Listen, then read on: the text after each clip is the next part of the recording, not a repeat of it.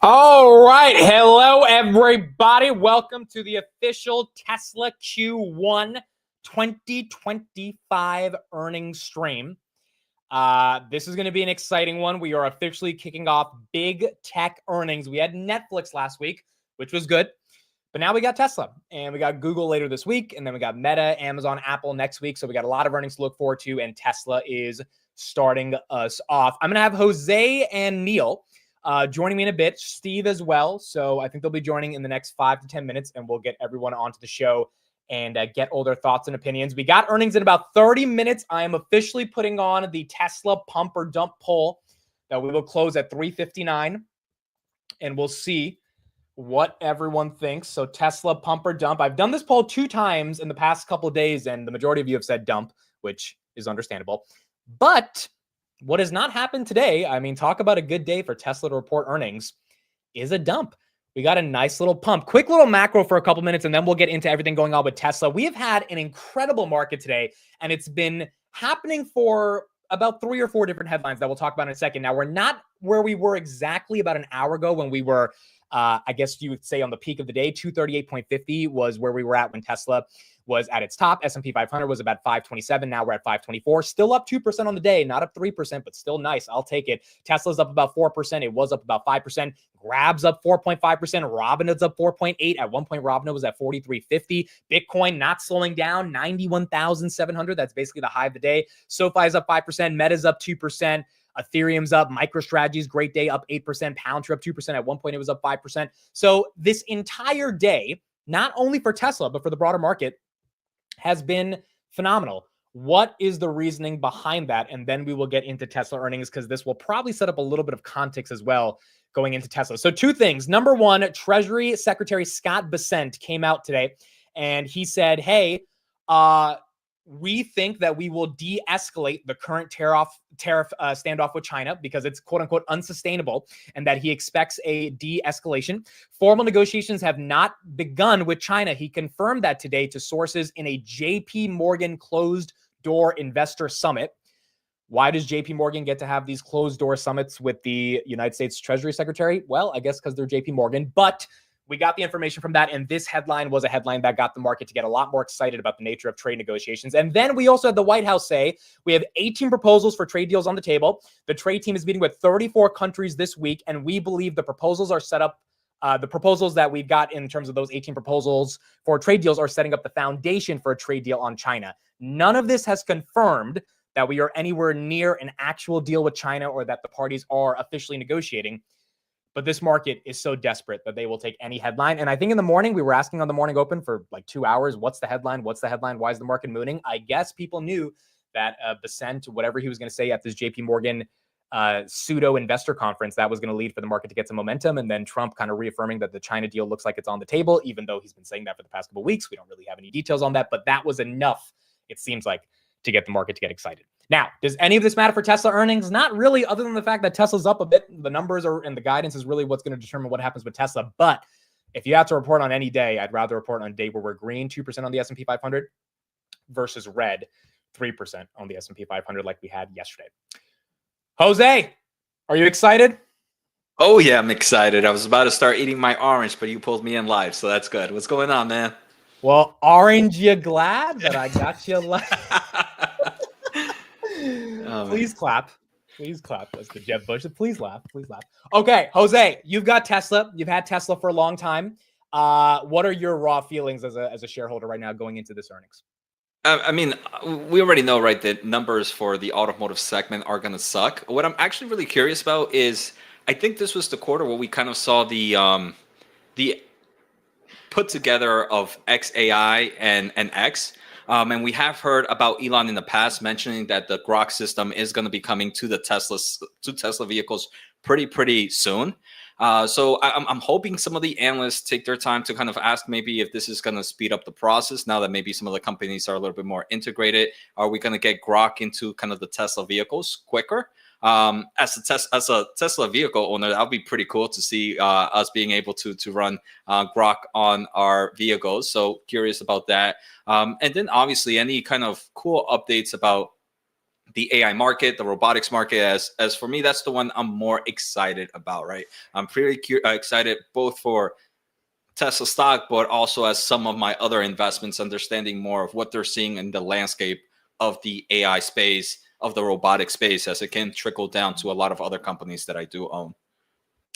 Yeah, I think this is going to be a really exciting earnings. Obviously, Tesla stock, you can see right here, down 37% year to date. It has been a volatile year for Tesla. At one point, I believe it was at $487 at the end of December, and then it was around $430. Last time we had earnings, it went from 380 to 360, then up to 410 the next day. So volatility is the name of the game when it comes to Tesla. However, the biggest issue with this volatility is that a lot of people think the brand damage is a big issue. We'll talk about that. A lot of people feel the Model Y refresh has led to supply chain constraints, which is actually the reason for the, call it, demand destruction that people are talking about, not really the brand damage. I'm sure Elon will be talking about that. And then the elephant in the room, which might be worth 150 billion, maybe it's worth $1 trillion, is Doge. And Elon wants to spend his time in Doge. And I think a lot of people are wondering, when is he not going to be done, or when is he going to be done spending his time at Doge and ultimately come back to Tesla? Now, Elon posted this morning, a small little clip. Here's what he had to post. This was from an interview he did back in 2019. I remember, like, for 3 years straight, it would just be like headlines just trashing Tesla, just over and over and over again. And our sales went up. So I'm like, okay, yeah. So I'm like, I guess keep trashing us, because at the end of the day, people were like, oh yeah, I just kept reading about Tesla. I don't know why, but I just kept reading about it. I can't remember what the article was about, but I know I read about Tesla 17 times. All press is good press. There's some truth to that, So Elon posts that today with a little emoji. Jose, are you reading into anything at all? And the broader question here is, do you think there's any surprise that people aren't thinking about, or are the numbers going to be so bad that no surprise is going to be able to save the earnings today? Oh man, that's a tricky one. I mean, luckily we'll get the answer in like less than 30 minutes, or maybe a little bit over 30 minutes. I think there could be a lot of truth to everything. I think every report has some truth. So what I mean by that is, yes, there could be maybe some brand weakness happening with everything that Elon is doing. So that could be true. But it can also be true that there could also be some brand strength with maybe some of the new supporters he's gaining. Yes, there could be some truth of maybe the Model Y seeing kind of products and deliveries seeing kind of a weakness because of the refresh Model Y. You kind of obviously have to change supply chains. And yes, there could be some truth that just the overall automotive market is also weak.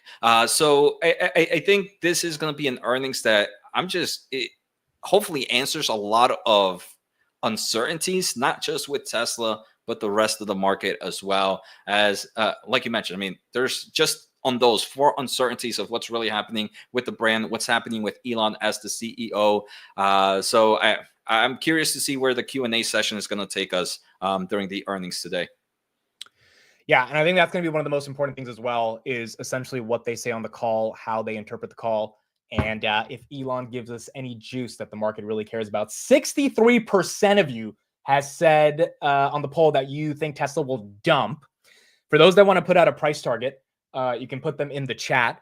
Jose, I don't know if you have a specific price target on this one, but if you want to take a gander, which is always such a hard thing to do. But yeah, the only thing I would say is I think we're closer to the bottom than we are to the top. That's the only way I would go with the price target, but I think we're closer to one end than the other. All right, let's bring on someone else who has been owning Tesla for a pretty long time. Neil. Ew, get him out of here. you and Jose have a little bit of a bromance, I heard. So you guys. What a welcome from my co-host Jose. You will be demoted. Demoted, I tell you. Neil, is that actually your background or is that CGI? Man, I wish. Me and Jose actually said we should actually sync our backgrounds. So it seems like we're in the same room, but we are yet to do that. Dude, that looks like a legit background. Like, got the whole city, got the trading behind you. I like it. NVIDIA. Yeah, no, that's your bull case. Jose, you've been owning Tesla for a long time. Every time we do these earnings streams, it's awesome to do it with you because you've been in the stock since, I think, 2017, 2018. You've been through all the ups and downs. You are objective, I would say, unlike some people on Tesla. You're able to criticize it, but you're also able to understand the long-term thesis. What are your raw emotions going into this earnings, and is there anything unique you're expecting from Elon? So I mean, I think you got it wrong. I think Neil is here, the one with the long Tesla. I have been in Tesla for a while, and I definitely could see the bullish and bearish case here for Tesla. Both, I think for me, the thing that gets me the most excited and the way I see it is I look at it, which is weird to say as an engineer.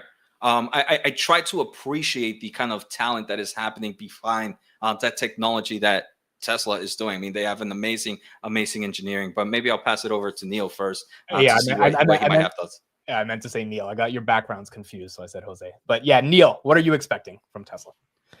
Yeah, first of all, I don't know what I have to think about the fact that we're green right now going into this going into this earnings report. That's pretty interesting. Well, actually, AMD is the only one I follow which is not being moving. So another win for the advanced money destroyer here.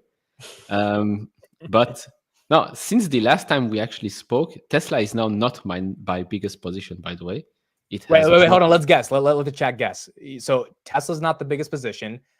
What do you guys think? What is Neil's biggest position? Let's see how much you know Neil. I don't think it's AMD. It's not AMD, right? It's not Micron. Did freaking Jose make Nvidia your biggest position? Did he convince you? No. I know what it is, though. It's Amazon, right? It's Amazon. Yeah. Amazon. Okay, cool. Gotcha. Yeah, it's Amazon. I like it. I like it very much. And I think it has dropped, what is it, 170 or something like that? Or maybe less than that. Insane. Yeah. Yep. 172. So yeah, this earnings for you. Close to being number 3, because Meta is very, very close to surpassing that. Got it. Yeah. So I mean, it could stay number 2 comfortably, depending on what's happening with the stock. But this earnings report, I mean, we know it's not going to be a great one, right? We know there is that Model Y refresh, hit on margins, brand damage. You can name all the reasons why this is not going to be a great earnings report. So the focus is shifting, as always, to the next thing, which is the earnings call. And hopefully, I mean, I say this every single time, hopefully we will be getting answers and not just questions, especially when it comes to the more affordable models. Are those going to be new and more affordable models? Are those just going to be stripped down versions of Model Y or Model 3s? I don't know. Hopefully get some answers there. Then maybe some Optimus news. Robotaxi launch is still on time. Yes, no. Okay, great. Energy, I think, is the one thing we can all say for certain that things are doing quite well. And yeah, Tesla Semi, hopefully they say it's still on track for late this year. There have been some reports that because of the tariffs and all of that, supply chain issues, it might be delayed. Let's see. It's a very important call, I would say, for Elon and Tesla, because of everything that's happening and has been happening for the last couple of weeks and 2 months, I'd say. Okay, so let's dive deeper into why it's so important. By the way, guys, real quick, we do have another small headline. Basent's going to be speaking at 10 a.m. tomorrow. Basent will be speaking at 10 a.m. tomorrow. So if you're just joining, Basent had a closed room, I guess you can call it investor conference. There were maybe 30 people in the room with JP Morgan today. That's where he gave some headlines about how they're working with China, and China deal negotiations are starting to get better. Although, I mean, there's nothing concrete about that, but that is what helped the markets rally today. And now it seems like Basent's going to be speaking tomorrow at 10 a.m. So it looks like he might reference some of the stuff that he talked about with JP Morgan today, tomorrow, and that could be an upcoming catalyst for the markets as well. Okay, so let's talk about Elon and Doge. There's been a lot of headlines, particularly from well-known analysts like the Dan Iveses of the world, that are saying, hey, it's time to leave Doge and come back. Neil, you've been in the stock for a long time. You've seen Elon have his interests diverted in a variety of different directions. He's never always been 100% Tesla. Do you think it is fair criticism to say he has to leave Doge? And if he doesn't leave Doge or give any indications that he's going to leave Doge today, do you think that hurts the stock on the earnings call? I mean, we know he's going to leave Doge eventually, right? I think his main post or goal is the first 6 months or something like that. And after that, he might still stay around, but might not be as involved as the start. So I think that's already something we know. Now let's ask another question. Is being part of Doge more difficult and more time consuming than running X and being the chief engineer of SpaceX? I don't think so. I don't know. So I would agree. yeah. So I mean it's another excuse that analysts and some can use, but I don't think that him going away from Doge is really going to change that much for the stock. Maybe the stock, yes, but for the company right now. The damage is done, whether it's at Doge or not, doesn't really matter. To be honest, the big damage isn't really Doge, it's more the support for the right wing, far right, whatever you want to call it, Germany political party. Doge, I mean, I don't know. I think every country can have a Doge, right? Look at where the fraud and waste is. I don't see how that's a bad thing, but okay. Neil, quick question for you. I'm curious. You mentioned that Amazon became kind of like your biggest position. Has there been any changes within the last quarter or two that had kind of like if maybe we would have gone 6 months ago, would you think you would have purchased more Tesla than Amazon, or has there been like any changes that have kind of pushed you away from maybe adding to Tesla, if you may? Yeah, so last quarter, actually I was on this stream here, and the quarter was not a good one, and yet the stock went up. Didn't make any sense. My next video on Tesla was exactly that. Something doesn't add up, or it doesn't make any sense. So I did take profits above $400, around $400. So that decreased already my Tesla position. Plus, I've been adding more to an Alphabet, to an Amazon. Actually, Amazon has been in my core portfolio longer than Tesla. Amazon has been in my portfolio since 2018, which was the last trade war, funny enough. And Tesla has been since August 2019. So Amazon being number one now is because I've been buying more Amazon, and Tesla drops because, well, I've bought a little bit of Tesla at 254 or something like that, but I've been selling more around 400, which makes sense for me. Okay, I agree, and I think obviously the Doge stuff is going to be one of those things that the market has to interpret as either positive or negative. I don't really think Doge is going to have a substantial impact on like his day-to-day productivity or anything. It's just this overhang headline that's been so aggressive on the stock, and I think that's why any news that he says, "Hey, in June or July, I'm out and we're good to go," and he gives like some concrete timeline, just like we're looking for with the trade deals, something concrete, that could be something that takes Tesla up. Who knows, 5-10% just off the nature of that confidence, even if it gets faded right after that. What's more interesting to me here, Neil, or we'll start with you, Jose. Do you think there, and I want the chat to answer this question as well. Do you think there has been, as you as an individual, doesn't have to be a political statement, do you think there's been some brand damage to the Tesla brand itself? I think there was always some form of brand damage. It just depended on where it was coming from. I think a year ago, you could have said the brand damage was from some other type of political party, and now it's just shifted to another. So again, not putting myself in which position I follow, but I think it's just, you just get hate from one side or the other. And is this hate maybe a little bit more than the last hate? Now that I don't know. I know obviously social media makes it seem like that's the case, but is the answer really there? Is the data outside of what we see in social media really there? And I don't know if I know the actual data. Maybe Neil might know something on there. Neil, do you think there is legitimate brand damage to Tesla that will affect it over the coming years? There is definitely brand damage for sure.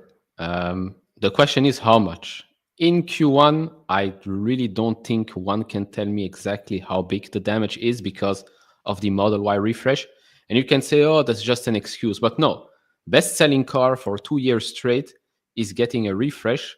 You will not get a clean quarter because of that. So Q2, if Q2 delivery numbers especially are very bad, then we can start and say, okay, X% is brand damage and X% is just rates being too high, the cars are still too expensive, etc., etc. There's definitely brand damage. I've seen some people say it's 50%, 70%. To me, I think for Q1 you cannot say. You cannot tell me right now. I did a post this morning, I think. I mean, I still don't understand why we're always debating, should Tesla release a more affordable model, yes or no? Tesla, in Tesla's position, with the amount of cash that they have, they should be able to do and FSD, robotaxi, and a more affordable model. Because right now, even with Model Y being a bestseller, even with Model 3, etc., it is still not affordable to the masses, especially not in Europe and especially not in Asia. So I really don't understand why we have to repeat this time and time again. Like, oh, it's all about robotaxi. No, it's not, because the rest of the world will not have robotaxis anytime soon. They will still want to buy a car, and the more affordable, the better it is. The affordable car. Both of you have to give me more clarity on this. Is there a $30,000, $35,000 affordable car coming, or is it a cyber cab with a wheel? Like, how are you thinking of this? And should, like the Reuters article that came out over the weekend, should we be concerned about that concept of an affordable car in the first place? Yeah, Neil, you go for it. Yeah. I mean, again, we can speak in dollars or in euros, but in euros right now, if you tell me 30,000 euros is a cheap car, I will tell you no, not really, right? You have here a lot of other brands that are selling it for less.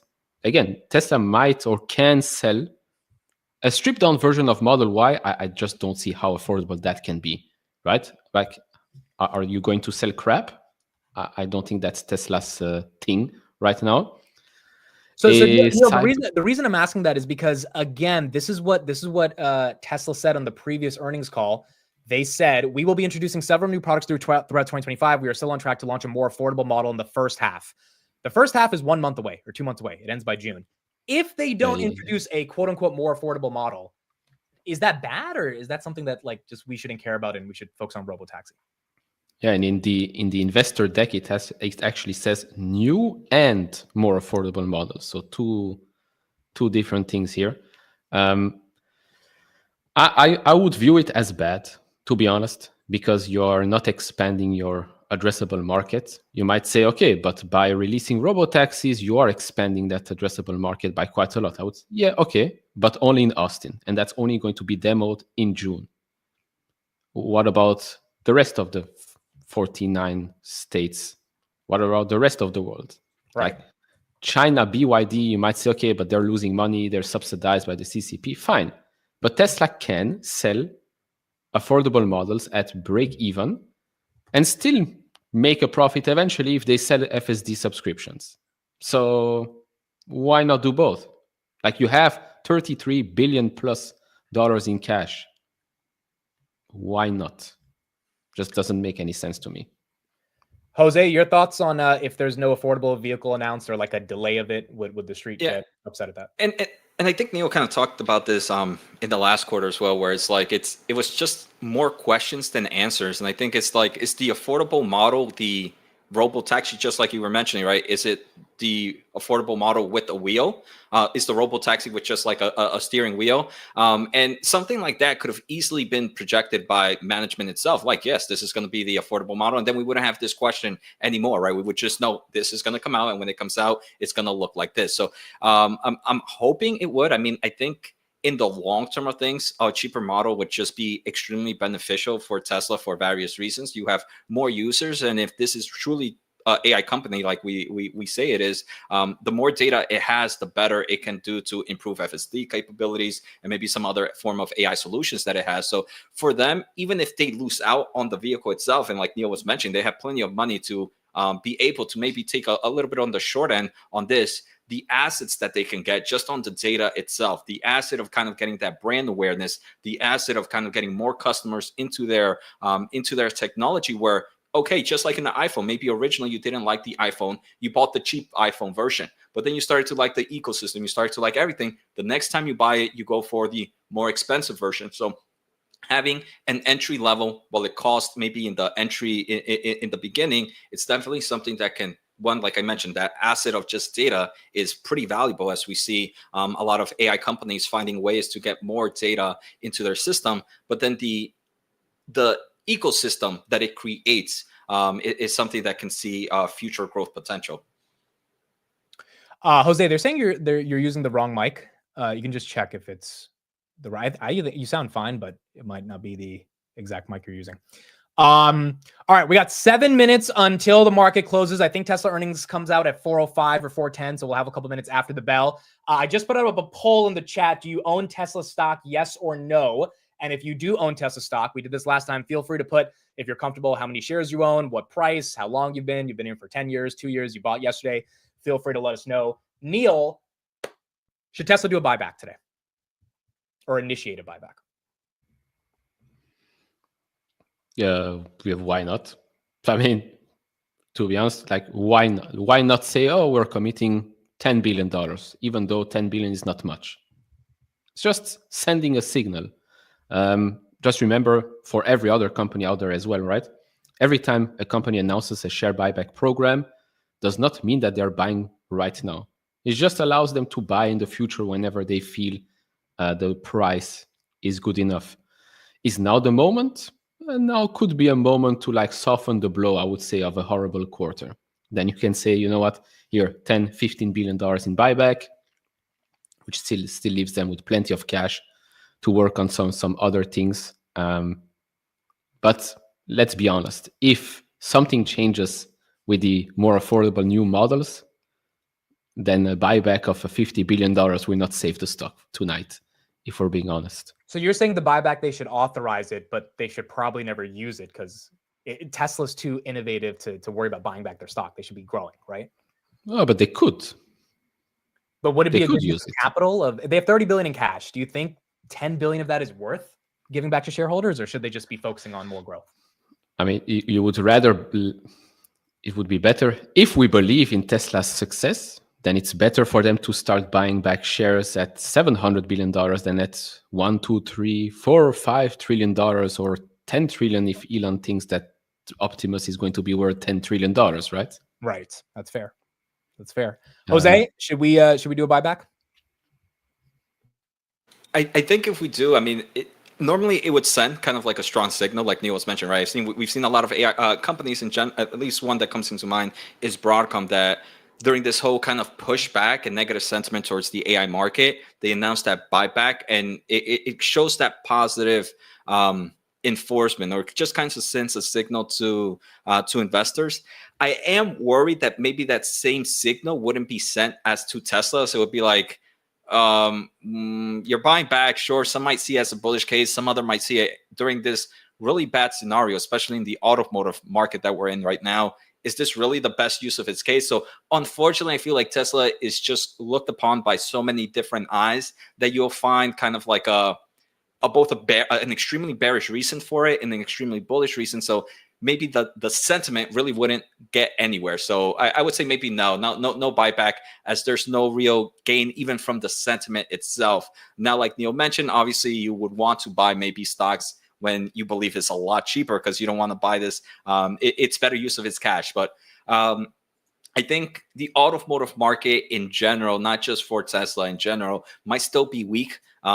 Longer than maybe some might expect. So I wouldn't mind this company just still having a nice amount of cash than buying back. So I'll prefer it holding the cash than the buyback, just because it creates that safety of opportunity. But I can definitely see the reason for maybe an authorization as well. You know what they should have done? All right, let me guess. Buy Bitcoin? No. Okay, what should they have done? They should have taken a stake in XAI when the company was not valued at God knows how much it is valued. Why did right that now. not happen? Do you have any explanation? At 18 billion last June, why they didn't even throw in a billion? A billion or 2 or 3 or 4 or 5? I don't know. I like it. I don't know. It makes zero sense to me.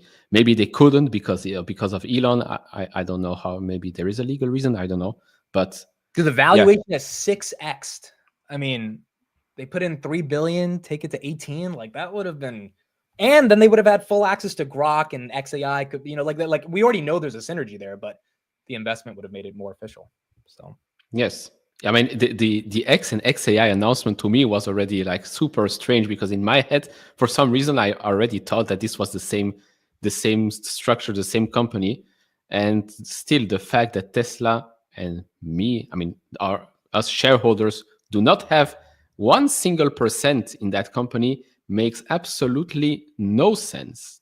No sense. Because we essentially paid for Twitter, right? We were shareholders. Elon sold plenty of stocks to raise money. We took the hit.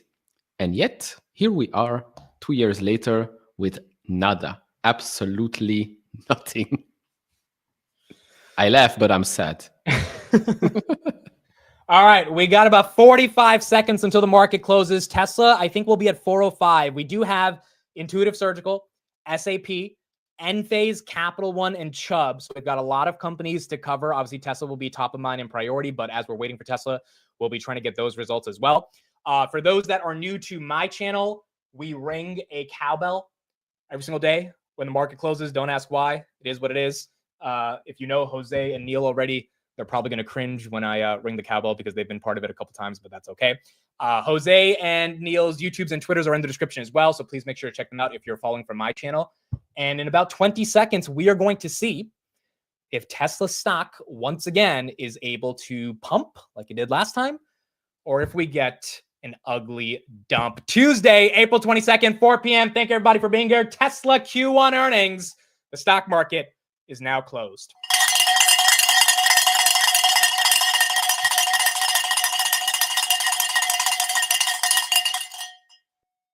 All right, I'm closing the poll. 65% of you said Tesla will dump. 35% basically said it will pump. 60, basically a 65-35 split right here. And so in the next 5 minutes, we will see if Tesla pumps or if it dumps. Oh, we're already getting a little green. All right, after hours, it's already a little green. Let me add the other stocks. We got Enphase, we got ISRG, we got Capital One, we got Tesla, obviously. And then what's the other one we have? Chubb Limited, and then SAP. I don't think we have the numbers out yet, so it'll take a second before we see what the numbers look like. But you do have a little bit of movement right now here after hours, 0.71%. Just a little bit right here. Again, I don't think we have any earnings, so as soon as we get the numbers, we will show everybody. Neil and Jose, I'm sure, are refreshing on their side as well. And as soon as we get it, we will show everybody. Well, Amit, I have a question for you because you've been asking questions. What are your expectations? Like, what do you want to see? No, poor guy is here and nobody wants to hear what he has to say. Well, I've said it over the past couple of days. If I had to buy puts or calls, I mean, like, I feel like I would buy puts. However, the caveat is every day I've been hearing people say it's going under 200. And I'm like, if everyone thinks it's going under 200, it feels like some of the bad news is baked in. Just like the delivery numbers, everyone felt it would drop 30%. It was really crappy, and it only dropped 5%. So I think there could be a surprise catalyst here. Obviously, I don't think the numbers are going to be good, but I don't know. At this point, so much bad news is baked in that maybe there's something that saves it, but I'm not counting on it because we know the numbers are going to be pretty bad. How's your Tesla experience so far, driving and FSD testing? I love it. I love FSD every day. I drive it every day. I was just in FSD coming back from a haircut. It's incredible. FSD is great. And so I believe in it so much, but I also know that the numbers are going to be shitty. I mean, they're expecting 45 cents of EPS. Most people say Tesla's going to maybe bring in 38 cents, maybe 40 cents, which means they're going to miss. Last year, they only did 46 cents. So it's not like the street's asking for any growth. The street's looking for negative growth. It's just how negative will the growth be, you know? So even with my personal experience, I just know that the numbers probably are not going to be the best right here. Do you guys think that FSD has a price change anytime soon? I know there's kind of like $99 a month was something that they just really started to do like less than a year ago. Do you think it sticks around this price point for some time, or do we see a price increase or decrease for this in the future? Real quick before I answer that, Oklow's down 14%. Sam Altman is stepping down as chairman of Oklo. One of the only reasons Oklo was pumping this year, it's a nuclear energy company, is because people thought OpenAI needs a lot of energy. Sam Altman's part of OpenAI. He's going to give deals to Oklo. Apparently, he's stepping down. So Oklo right here getting hit pretty badly, down 14% currently right now. In terms of FSD pricing, no, I don't think they're going to take down the price because $99 a month is pretty reasonable, in my opinion. Obviously, I would love to be paying less, but the $8,000 flat price, they might bring that down. But for those that don't want to pay eight grand, just pay $99 a month, right? I think it's more so just a question of getting people to use it versus like the actual cost of it right now. Neil, any reaction to Oklo falling 15% with the Sam Altman news? I mean, you basically said it. It pumped because of the Sam Altman news, and now it drops because of the Sam Altman news. So, yeah, nothing really changes with the company. So, yeah, that is fair. This is a company that doesn't have any earnings. It got to $60 at one point. It was at like $5 in January. So big pump this year. But with these names, the narrative becomes everything. Tesla not moving after hours. Capital One down slightly. Intuitive Surgical up about 1%. Enphase up 0.5%. Chubb Limited is flat and SAP is flat. So we don't have any numbers yet on any of these names. Obviously, we're waiting on Tesla, which should be up probably in like. Do you know if it's 405 or 410? I think it's. I have a feeling we are asking this question every 3 months. We should know it by now. I'm pretty sure it's 405. Oh, do I have it? No, this is deliveries. No. Yeah, I have a question for you too. Yeah. Since we talked about Sam Altman, do you guys say hello, thank you, goodbye to your AI chatbots on ChatGPT or Grok or whatnot? Yeah. So I go ahead, Jose. You got it. I said I used to. Now I'm becoming so. We're friends. I don't say thank you to my friends, right? My friends, they're my friends. So it's like if I say thank you to you so often, it means we're not good buddies. Me and AIs are good buddies. So it knows how I talk to it. Okay, I will. My answer to that question is yes. I say hi and thank you to my AI. Tesla right here. We got a little bit of momentum. All right, 2%. Here we go. We're back in earnings season. We hit 248.76 right now, 2.08%, 241. I'm looking for the numbers. I don't have them yet. Jose and Neil probably looking as well. The initial reaction is green. Last time it was green, then it tanked to 360, then it went green after like about 15 minutes. So I think it's hard to judge it just off this. Oh, now we're going red. Well, it's not necessarily going red, but it's losing that 2%. Now it is red. Now we're down. Now the red is starting. Now it's down 1.5. 1.5. The earnings should be out literally now. Yeah, it's up. It's up. You Okay. can refresh the website. Yeah. Okay, before I do that, oh my God, this is ugly. Oh my goodness, this is not pretty. EPS 27 cents. The street wanted 42 cents. That's a 36% miss on earnings per share. 21.4 billion in revenue was the expectation. That is a 10% miss. They came in with 19.3 billion. EPS is down 40% year over year. Revenue is down 9% year over year. EPS is down 63% Q over Q. Revenue down 25% quarter over quarter. The stock is kind of flat. It's kind of flat. I mean, it's ugly. You would expect this to be down, what, like 10% by now? I mean, it's not really. Intuitive Surgical is down 8%. That one's getting hit even more. Tesla kind of flat. Neil and Jose, before you get through the numbers, just like raw reaction to the top line. Was that surprising or was that worse than you expected? I mean, I was expecting bad. So this is bad, but not unexpected. So the reaction is probably because nothing has changed from the outlook that's written in the shareholder deck. Probably. I mean, we're going to go over that in just a bit. So I guess that's the reason. Yeah, and I mean, like Neil mentioned, I mean, last week we got the actual numbers, so I think we were already expecting bad, and sometimes the market likes to. We'll see in 30 minutes from now after the earnings call, because everything can change in just a few minutes. This pretty much happened exactly. I mean, it's kind of deja vu, right? Last time we saw really crappy numbers. It pumped, then it dumped, then it pumped again when Elon was talking. I mean, if you can't dump after missing by 40% on EPS, either someone's expecting the call to be really exciting or a lot of the bad news is baked in. So I guess we got to give it a little bit more time to see how it plays out. Let's read from the shareholder deck. So let me get to that right here. Give me about 3 minutes, guys. I'm going to be reading through the paragraphs they put out in their summary, and then we will get into all the nitty gritty numbers. I actually got something pretty excited from that one, but go ahead. All right, cool. In Q1, we accomplished an industry first, simultaneously changing over production lines across all factories for the world's best-selling vehicle, the Model Y. The Tesla team successfully ramped their production lines across 4 factories while managing supply chains across 3 continents without any major disruptions, demonstrating the advancement of our operational and supply chain management capabilities. AI is a major pillar of growth for Tesla and the broader economy and key to our pursuit of sustainable abundance. Furthermore, AI infrastructure is driving rapid load growth, which along with our traditional utility customer applications is creating an outsized opportunity for our energy storage products to stabilize the grid, shift energy when it is needed most, and provide additional power capacity.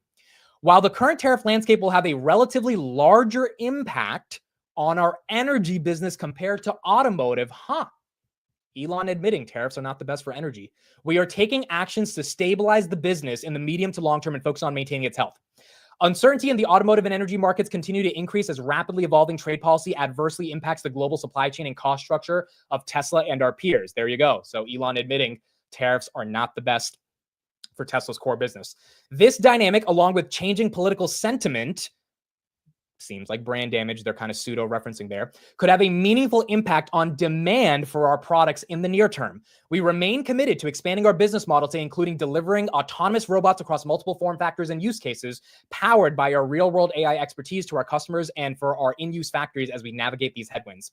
In the face of near-term profitability hurdles, the low-cost, localized manufacturing base that we have built provides advantages in delivering the best products at the right price to our customers globally. We continue to make critical, high-value investments while maintaining a strong balance sheet during this uncertain period.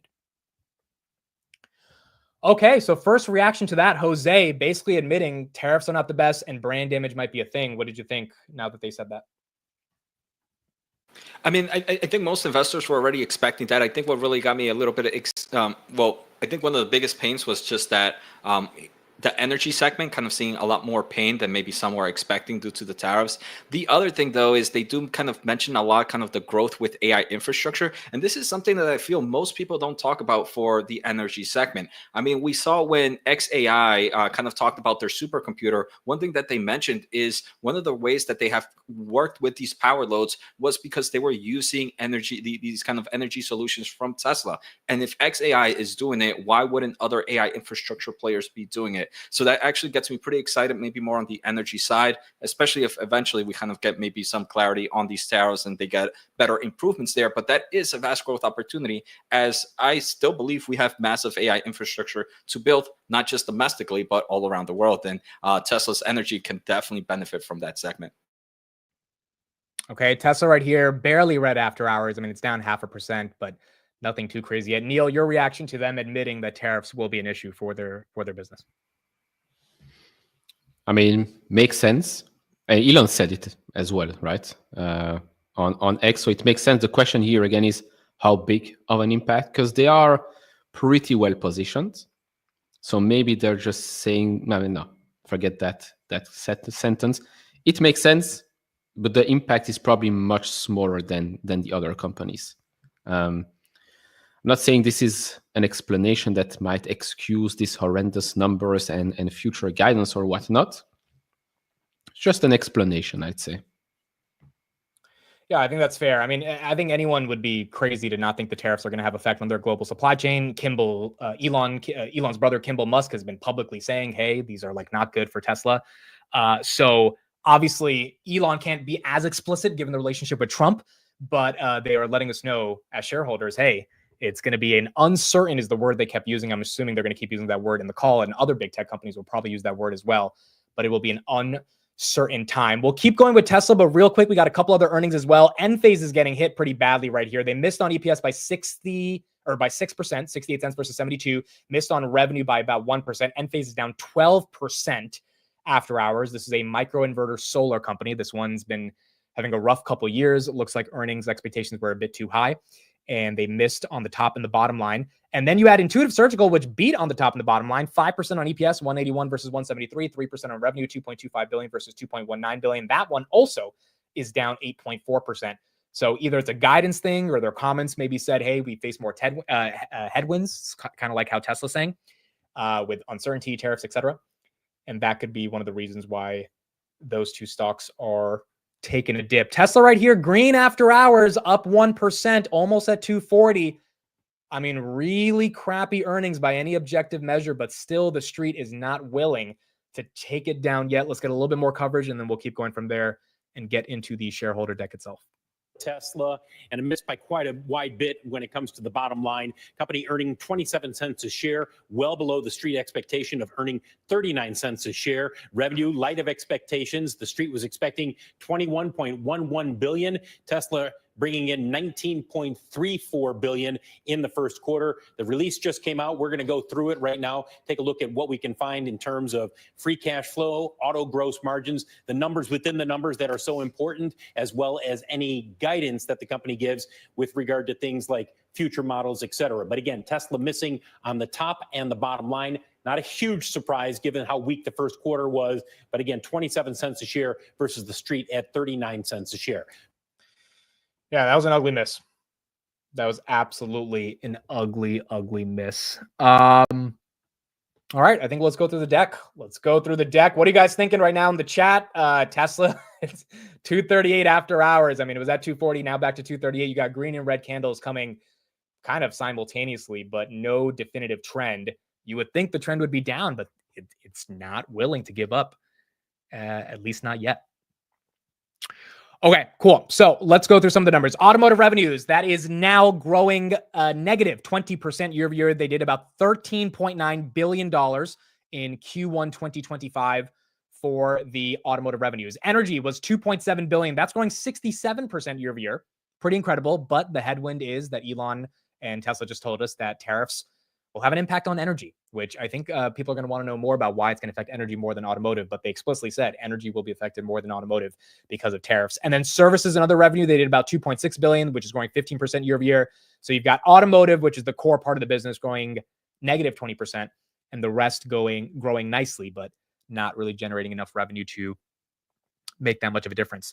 Total revenues down negative 9% year over year. Again, this is a stock that trades at a 100 times multiple. It's the most expensive Max 7 that's out there, and it's not growing. So obviously people are expecting the growth to come from other areas eventually, even if it's not here right now, and they're paying a premium for that growth currently right now. Gross profit is down 15% year over year. They did about 3.1 billion as well.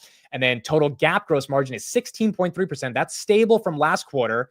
Margins not necessarily tanking, as some people said, given all the promotions they did, but that is down about 104 basis points year over year. Jose, any reaction to those top line numbers in regards to revenues and then gross margins? From numbers themselves, no, I'm just a little bit. I mean, obviously, gross margins. I actually was expecting maybe a little bit more hit, but nothing too crazy there. I'm more reading a little bit more ahead of the press of the deck release, and there's some pretty cool informations about AI in later on. So I'll pass it over to Neil here. Yeah, Neil, any reaction to these core numbers, or is it kind of expected that it was going to be negative across the board? I mean, gross margin being flat quarter over quarter is interesting, but then you look at operating margin, and that is down quite a lot, from 6.2 to 2.1 quarter over quarter. Wow. Yeah, so that's ugly. Wait, why do you think it's down that much? That's not good. It's like, I mean, look at income from operations, barely $400 million. So it's not great. I mean, the stock isn't even moving. And imagine what would happen with a good quarter. yeah, This doesn't make any sense to me. So either they know something, or this thing goes down 10% during the earnings call because, well, we don't get to hear what we wanted. I think to be honest, you'll see in the outlook slide, it hasn't changed when we look at the affordable models. The product line there is still on track. Start production first half of 2025. Dude, hold on. First half is a month away, so they're gonna have to announce today that they're starting production of whatever they're starting production of. They don't have to announce anything, to be honest, until the day that they start the production of whatever vehicle that will be. Plus, if you look at the first paragraph, it ends by saying, we will revisit our 2025 guidance in our Q2 update. Ah, there you go. Well, that makes sense. They're not giving guidance for the year because of uncertainties, which makes sense. Well, they already gave us, remember? I mean, they gave us twice. They said twice that, they expect growth in 2025. Yeah, I mean, I remember Elon saying 20 to 30% vehicle delivery growth. Yeah. it's going to be a little hard to get there. Okay, so let's read a little bit from this. So in terms of volume, Tesla's outlook is, it is difficult to measure the impacts of a shifting global trade policy on the automotive and energy supply chains, our cost structure and demand for durable goods and related services. While we are making prudent investments that will set up both our vehicle and energy businesses for growth, the rate of growth this year will depend on a variety of factors, including the rate of acceleration of our autonomy efforts, production ramp at our factories, and the broader macroeconomic environment. We will revisit our guidance in Q2. In terms of cash, we have sufficient liquidity to fund our product roadmap, long-term capacity expansion plans, and other expenses. Furthermore, we will manage the business such that we maintain a strong balance sheet, aka no buybacks. Per profit, they say, while we continue to execute on innovations to reduce the cost of manufacturing and operations over time, we expect our hardware-related products to be accompanied by the acceleration of AI software and fleet-based products, which is Robotaxi. And then again, for product, plan for new vehicles, including more affordable models, remain on track for the start of production in the first half of 2025, which ends in June. These vehicles will utilize aspects of the next generation platform as well as aspects of our current platforms and will be produced on the same manufacturing line as our current vehicle lineup. This approach will result in achieving less cost reduction than previously expected, but enables us to prudently grow our vehicle volumes in a more CapEx efficient manner during certain times, aka the margins are going to be worse, but they'd rather sacrifice that for volumes. This should help us fully utilize our current expected maximum capacity of close to 3 million vehicles, enabling more than 60% growth over 2024 production before investing in new manufacturing lines. Our purpose-built Robotaxi product, the Cybercab, will continue to pursue a revolutionary unbox manufacturing strategy and is scheduled for volume production starting in 2026.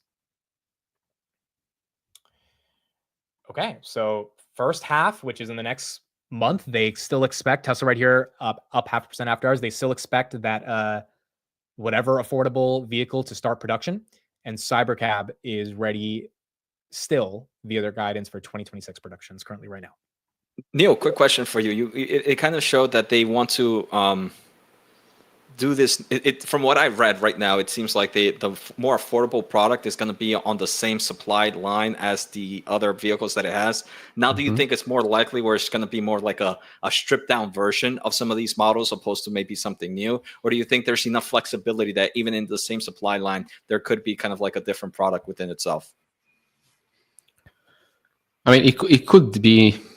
I think they could do both. I think we've seen some leaked images yesterday from a drone flyby. I can't remember who that was, and people are already speculating that the castings were for the Cybercab. So there's definitely a more advanced production line already ready for them to be used. I think they've been upgrading that as well for the refresh Model Y. So they can do both. Don't forget that the current installed capacity is far from being fully utilized. So when they say we can grow, 60% or so? Well, it's because currently the installed capacity is just, I don't remember the exact number, but it's far from where we are right now, like using it. So, I mean, to be honest, could they release the Cybercab with a steering wheel and call that the compact model? Would make sense, right? Because that means they're already starting the production line for the Cybercab, which would roll out next year, which would mean that the rollout next year would be much easier because it already started in the first half of 2025. I'm just speculating here, but I wouldn't mind the Cybercab to be a compact Model 2 or something like that. I like the design. Maybe the rear will have to change a little bit because I don't think there's a window or anything. So we'll see. A stripped down Model 3 or Model Y again is definitely an option. I just don't see how cheap that can be, especially in Europe and in Asia. All right, let's go to Dan Ives, get his thoughts on what's going on with Tesla on this earnings, and then we'll get into some of the other numbers that we have in the deck. Code red. Dan, margins, not great in this report. Inventories, not great. Does it come down to the question of by summer, do they have production of these cheap vehicles, and is Elon Musk to full attention? Yeah, I mean, look, let's call it. I mean, this quarter was a disaster. And the delivery quarter, that significantly missed the street. And you look at margins and others, I mean, it's really about going forward in terms of 2Q, 3Q, 4Q. But look, $100 overhang per share if Musk stays in government, Doge, even as an advisory, or leaves. So to me, the most important thing on this call is not numbers.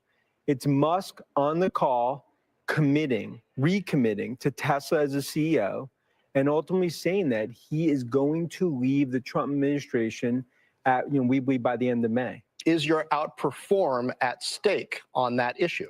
Yeah, look, I think if he stays and he doubles down and recommits, then I think this starts to become an avalanche that you can't control, because the brand damage we've talked about, we think it's about 15-20% brand damage. And the point is, if we weren't bullish, then we wouldn't care. My whole thing is, you're talking about, along with NVIDIA, one of the best disruptive technology companies in the world. Talk about autonomous robotics. But the big question here is, in terms of that lower cost vehicle that you talked about, like, does that come? They did commit to it in the call, and we'll see in terms of the press release, do tariffs impact it? How do tariffs impact ultimately when you look at Cybercab, Robotaxi, and others? These are the keys as someone that's part of the administration. Couple of things there. The first I'm going to start with is, if you've had brand damage to Tesla, and that's tied to Elon Musk and how far he's waded into politics, does him coming back full-time to Tesla actually help the brand? Well, I believe there'll be brand damage permanently, and there's no doubt. But you could contain it. He could recommit. You talk about everything that's going on here in terms of the opportunities around autonomous, lower-cost vehicles, Cybercab, everything else. Musk needs to drive that. And I think the reality is that brand damage will continue to be there, but that'll be contained. If he continues to go down this path over the coming months, years, that's where it starts to go down a very dark path. And that's why we've talked about it, loudly, as someone that's a huge supporter of Tesla. You have so much good ahead, but now leaders lead. And at the end of the day, Musk needs to lead. Tesla is Musk, and Musk is Tesla. How is Tesla directly impacted? I realize there's, knock-on effects and, sales effects and retaliation in certain markets, et cetera. But how is Tesla directly impacted by tariffs? Is it these automaker tariffs? Is it supply chain tariffs? I mean, Musk's companies, Tesla included, are sort of famously vertically integrated and homegrown supply chains. Well, I think the reality is, and we've talked about, is the view that Tesla or any other U.S. car manufacturer has all their parts from the U.S. That's a fairy tale, right? And the reality is, a lot of those parts come from abroad. And when you think about these new vehicles that they're producing, as well as when you look at Cybercab, I mean, it depends on parts that come from China, where the materials come from. And we've talked a lot about that. I mean, where the raw materials come from? They come from New Jersey? They come from China. So the reality is that that's why this is very important. Also, what's the hearts and lungs of Tesla? Where's the growth? It's China. Does retaliatory happen? And that's all part of it. Tesla's becoming a political symbol. This is the time for Musk. Draw the line in the sand, in my opinion. I think you're saying there's $100 per share upside if Elon Musk focuses back on Tesla. What's the downside if he doesn't? It's a dark downside if he recommits, because then you start to have something where brand damage becomes worse and worse, retaliatory in terms of China, because ultimately, at the end of the day, Tesla's become a political symbol around the world. So for Musk, this is a fork in the road moment. I mean, I believe, look, there's a lot of important conference calls that he's had. I think it's the most important conference call he's ever had, because of the political damage in terms of the brand damage that he's created as part of an administration where the tariffs are hurting Tesla. Dan Ives, it's great to have you Great to be here. on the heels of Tesla results. All right. What do you guys think? Do you guys agree with him in the chat? Do you think he's totally off base here? Jose, let's start with you. His main focus was brand damage. Do you agree that is Yeah. it? I mean, he also mentioned if Elon left now, it would kind of fix the brand damage. But I don't know how him leaving now would make any improvements over time. I think the hate will still be the hate, and then kind of focus in the Chinese market, kind of like that being seen as like a government player or something like that. I think that would stick. So I don't think Elon leaving now would really make any major changes. Obviously, maybe in the stock price you would get that excitement, but I still think like the tariffs entities and all those other stuff that are negatively impacting the stock will still be there. Neil, am I thinking this wrong, or do you think actually him stepping down, outside of maybe just a sentiment towards the stock price, but will everything else you think still stay the same? Yeah, so I don't agree with Dan Ives at all anymore. I mean, the reason I talked about this when he released his new price target a couple of weeks ago. The reason he could have given that same exact reason a month and a half earlier, but the stock price was just much higher. So maybe it didn't make much sense to downgrade the stock. It's quite strange, right? Because on the one side, we say, oh, Elon Musk is the reason why there is brand damage. And on the flip side, we're saying that Elon Musk must come back to Tesla and that will make the stock go up. So which one is it? Is it Elon bad or is it Elon good? You need to come back to Tesla. Because like I said previously, whether Elon is now 100% at Tesla or not, I don't think the company will be doing anything that different, to be honest. I mean, what will Elon... Let's say Elon drops SpaceX, drops X, drops Doge. What will Tesla do faster than what they're doing right now? Is FSD going to come out faster? Is the more affordable car going to come out faster?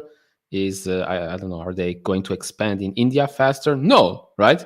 Because at the end of the day, it's not Elon. It's the whole company. It's software. It's AI. It's manufacturing. It's all of that. So again, lots of nice storytelling from Dan Ives, but I agree more with Jose than with him. So maybe, Jose, next time I expect to see you in a super colorful outfit. So correct me if I'm wrong, and I'm putting a poll right here in the chat right now, and if you agree with Dan Ives here, but you don't agree with him because your argument is the price went down over the past month, which is why he started getting so upset about Doge. But back in January, this Doge thing was an issue. So you think he's following the price more so than actually reading into like what's happening in Tesla? Yeah, because everything he said in that note could have been said earlier, right? Could have been said when the stock was at $400, when the stock was at $350, $375. So why are you only releasing it now because we're under 300? It just doesn't make any sense to me right now. So plus, let's say he released that note a month and a half earlier when the stock was higher. He took his shot. Fine.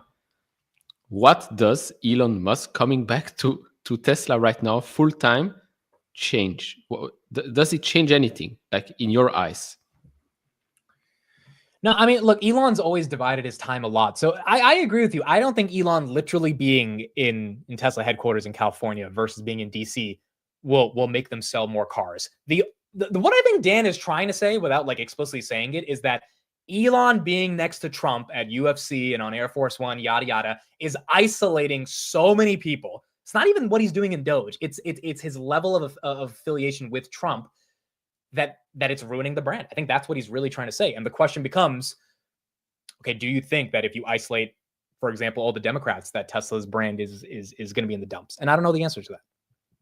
Yeah, I think if that's the negative viewpoint, right? I think that stamp of kind of like Elon with the current administration is going to stay with this current administration for how long it stays in here, right? So I don't think him leaving is going to shift anything. I actually even think it might create even more of like a negative more brand damage. Because, I mean, to be honest, I've gotten text messages from people that are saying they're not going to buy Tesla anymore because of what's happening. And I've had people say that I'm going to buy a Tesla because of what's happening, right? You kind of have both ends. But now if he ends up leaving, those who hated Elon and what he did with the current Trump administration or whatever are still going to hate him. But now the people that liked him because they thought what he was doing, whatever was their political view, was right, then they're going to say, hey, no, I'm not going to follow someone that ended up leaving. I think it would create even more brand damage of flip-flopping back and forth if he actually left right now. But now the question is, how long would that stay? Because us humans, we tend to forget something pretty quickly. So that's a whole different story. Yeah, but they'll make sure you don't forget. The media will make sure you don't forget. On social media, you won't forget. So again, for Tesla to be back in the competitive spot. Again, we're trying to sell products here, right? Whether it's the car or maybe in the future the bots, or you wanting to go into a Waymo or a Tesla robotaxi. What's the main goal is to make sure you're making a good product at the best price best price possible. So even people that are yet to decide whether or not they want an EV, because that's already the first question. Let's say they want an EV, which one should they buy? Logically speaking, you'll be buying the best product at the best price. So I think still the majority of people think this way. You go buy a car, you look at the best car for the best price. If Tesla can offer that, then I don't think it matters. Elon here, Elon there. Elon is going to be everywhere anyways, and that rhymes. Sign up for my poetry course on Patreon. Look, I think it's a fair point. A lot of you in the chat, 62% of the chat agrees with this Dan Ives thesis that Elon needs to leave Doge right now. I also agree, though. I don't know what fundamentally changes in Tesla if he's there day to day. But obviously, the affiliation with Trump starts to go down a bit, and that's what people might care about a little bit more. Let's bring on another analyst that joins my channel quite often. A lot of my audience knows him.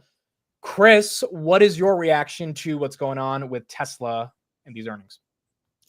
You know, I was listening to you guys, and unfortunately, I'm going to have to disagree with you guys and just agree with Dan Ives. I think he's right in that there's a valuation bump and a valuation downturn depending on Elon's commitment to Doge and by proxy with Trump. I know that, we don't want to talk politics and everything else, but everything that the Trump administration is doing is almost like radioactive to Elon Musk. And the thing is, over time, that fallout is going to keep growing, growing, and growing.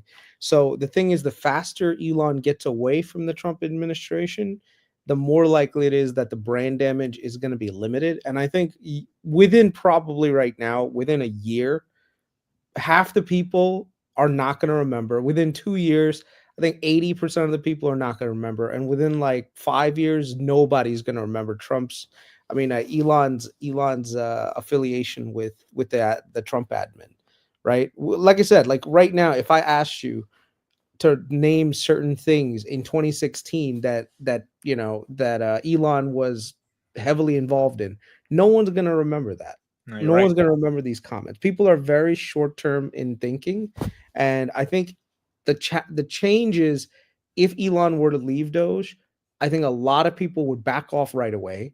And I think that could actually help Tesla. And there's one factor, remember, Tesla is the one car company that has it good on both sides of the Pacific Ocean. They actually have it pretty good in China, and they have it good in the US. A lot of other brands, they're either or in either of those markets. And then there's new markets that are, of course, opening up throughout the world. So the thing is, Elon is slowly learning that politics and business are two different things. And when you try to run a business, when you try to run, let's say, the country in the same way that you run a business, even though that's something that's needed, it's something that can be pushed back very easily by entrenched interests in the government. And the way that Elon went about it was that, Trump asked him to be a disruptor, but unfortunately, the political establishment doesn't allow for disruptors to come in. This is like that what's that conversation with like the antibodies fighting back, and now they've all consolidated and they figured out how to fight Tesla, and they realize, fight Elon, and it's not fighting Elon directly as a person; it's actually taking it out on people who are just looking to buy a car. So let me give Neil a chance to respond. Neil, do you think there's any merit, and also the chat as well, to this idea that quickly disaffiliating with a brand that is isolating at least 50% of America is the prudent thing to do for sales? Or do you think that argument doesn't have much merit? Meaning, if he steps down and leaves, that opens up a 50% market opportunity. Yeah, like Democrats want to buy Tesla after he steps down. But is it possible that a lot of Democrats still want to buy a Tesla because they don't like fraud and waste in the government? It still is possible, very possible, I would say. And we're only talking again about the Doge part of things, right? But remember, there is a big swastika type of memes going on all around social media and various cities around the world. So that will not go away because Elon Musk steps down from Doge. Could it go away because Elon Musk moves away from Trump? Maybe, but I don't think so. I don't think so. There are some people that will hold a grudge for a long time. Are they Tesla's target audience? Maybe not. But yeah, it will help. I just don't believe it's going to have such a huge impact. Like $100, like he said. Neil, just remember, people buy Mercedes. Mercedes built tanks for the German war machine. Volkswagen was literally a brand created by Hitler. Mitsubishi made engines, and at the time Toyota made engines for the Zero for the Japanese Imperial Navy. And I'm sure they did way more damage to the world than Elon Musk did by trying to cut some government jobs. So I think proportionality, people and brands, they can disassociate very quickly, and within a very short period of time, they'll forget about this whole thing. So like I said, I don't think there's been as much brand damage done as people really think. The only thing is, the longer you stay within that, the more you're entrenching that line of thinking. And that Chris, your argument is not if Elon steps down tomorrow in Q2 sales go up, but in Q2 next year, because you've had enough time to disaffiliate, that's where you think it actually impacts Tesla. Yeah, I mean, and the other thing is, you could also quote unquote associate with the other part of the equation as well, slowly, and basically get your Democratic chops in by maybe endorsing a few Democrats here and there. And like I said, all of this is the difference between business and politics. You can basically, I don't want to say brainwash people, but when it comes to politics, you can brainwash people into believing one way or the other in doing things. It's not as, believe it or not, it's not as hard as people think. Otherwise, we wouldn't have certain people win elections and constantly win elections back and forth, even though they do the stupidest job on the planet. Like, literally, they fail at their jobs, yet they keep getting elected. Why? It's because people get brainwashed into thinking that, oh, this is the party that believes in everything that I need to happen. Even if they've completely failed at it for decades, they'll keep voting for those people. So yeah, we've got a lot of tribal nature as well. Jose, your thoughts on if you should disaffiliate as soon as possible or no? So I mean, I obviously see Chris's point. If he pushes out why it can kind of bring maybe some closure to this blast area, I think it would be the easiest way of this blast area being maybe more contained. The kind of argument that I would have there is, this is, like Chris mentioned, it's a political game to some extent. And I feel like the car companies know how to play a political game. Even if Elon steps down, what's going to stop maybe like Ford or all these other players to say, hey, look, I know if I can bring back this negative sentiment towards Tesla, because Elon was part of the Trump administration for the past year or so, why don't I throw an extra ad or a quick jab in one of my next ads of, hey, look, I was never part of that administration, and remind the consumers, remind them for the next 2 to 3 years that Elon was part of that. So I wonder if there is some form of blast area that could be fixed by him leaving.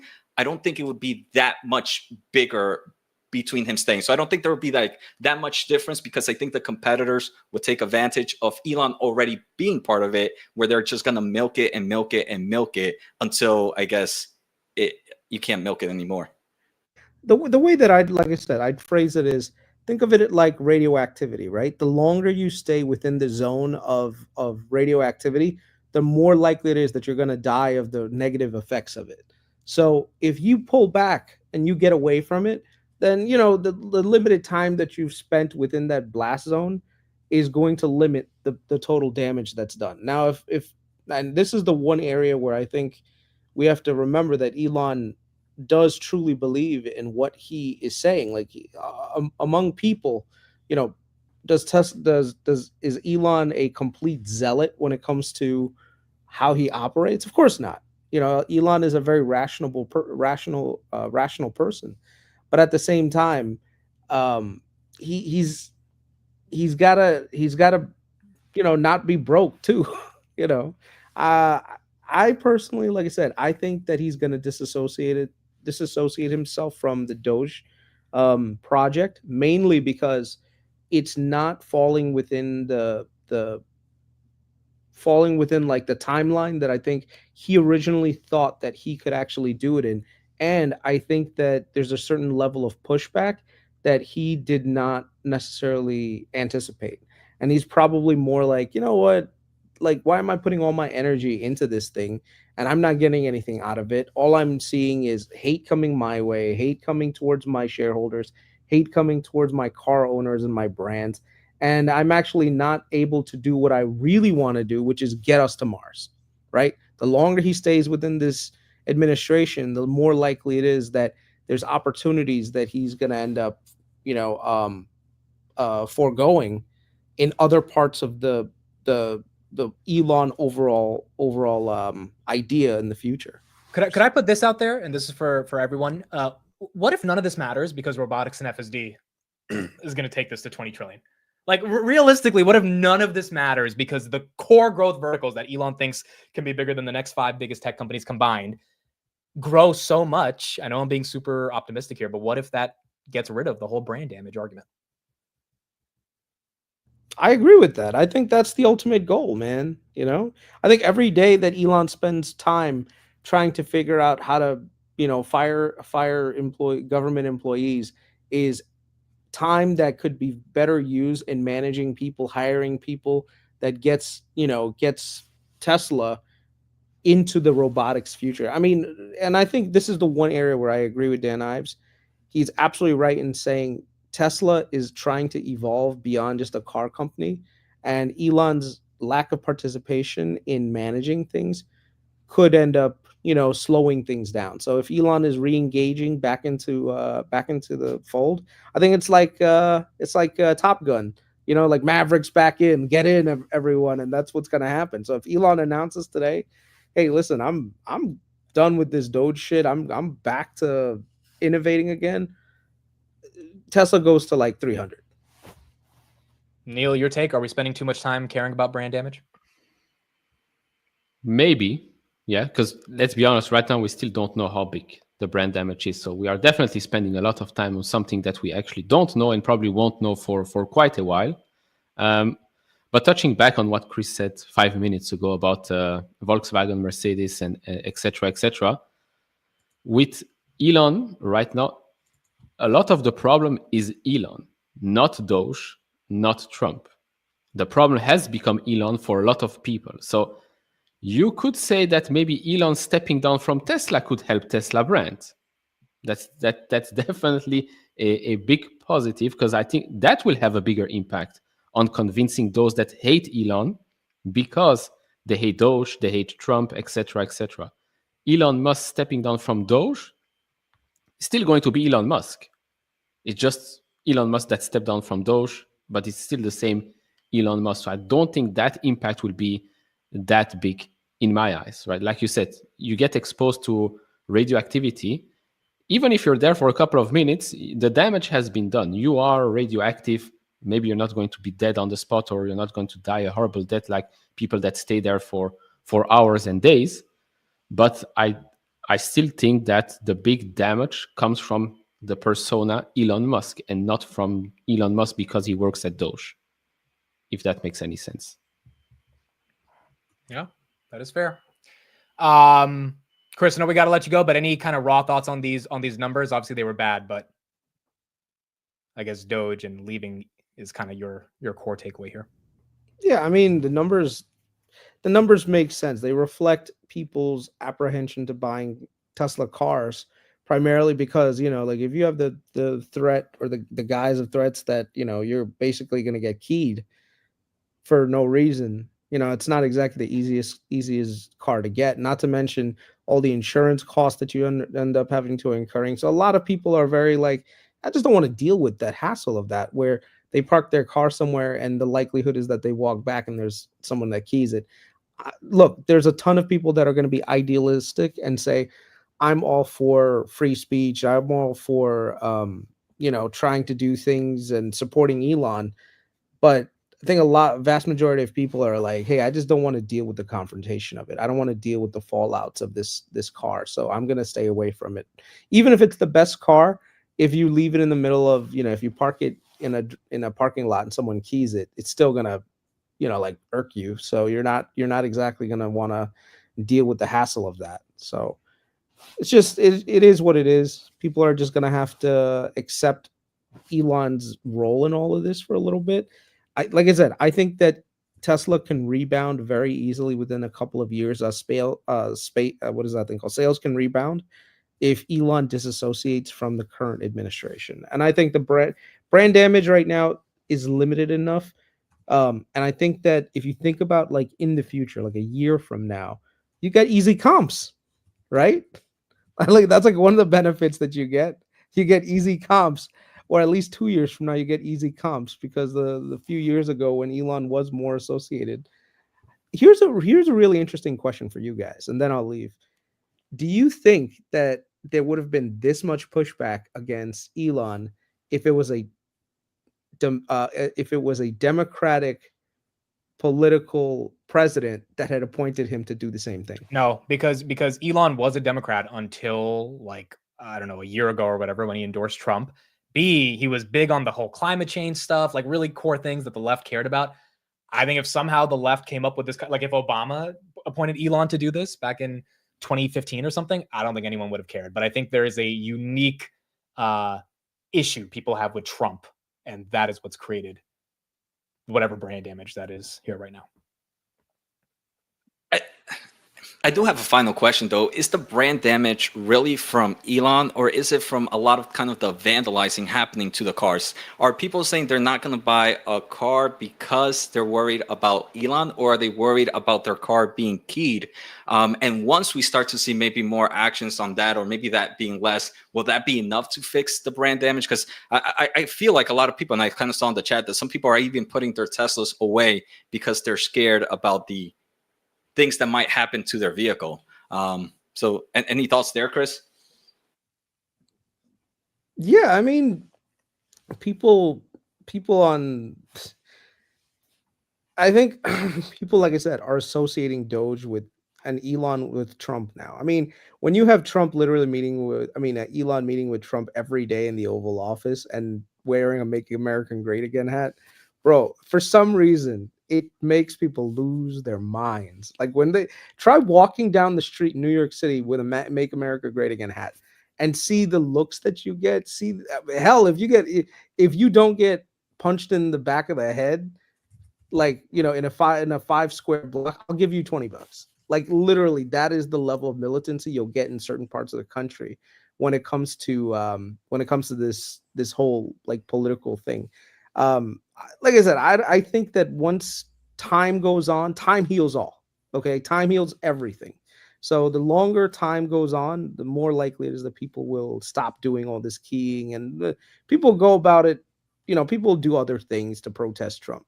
Right now, Tesla is a conduit to hurting Trump via hurting Elon.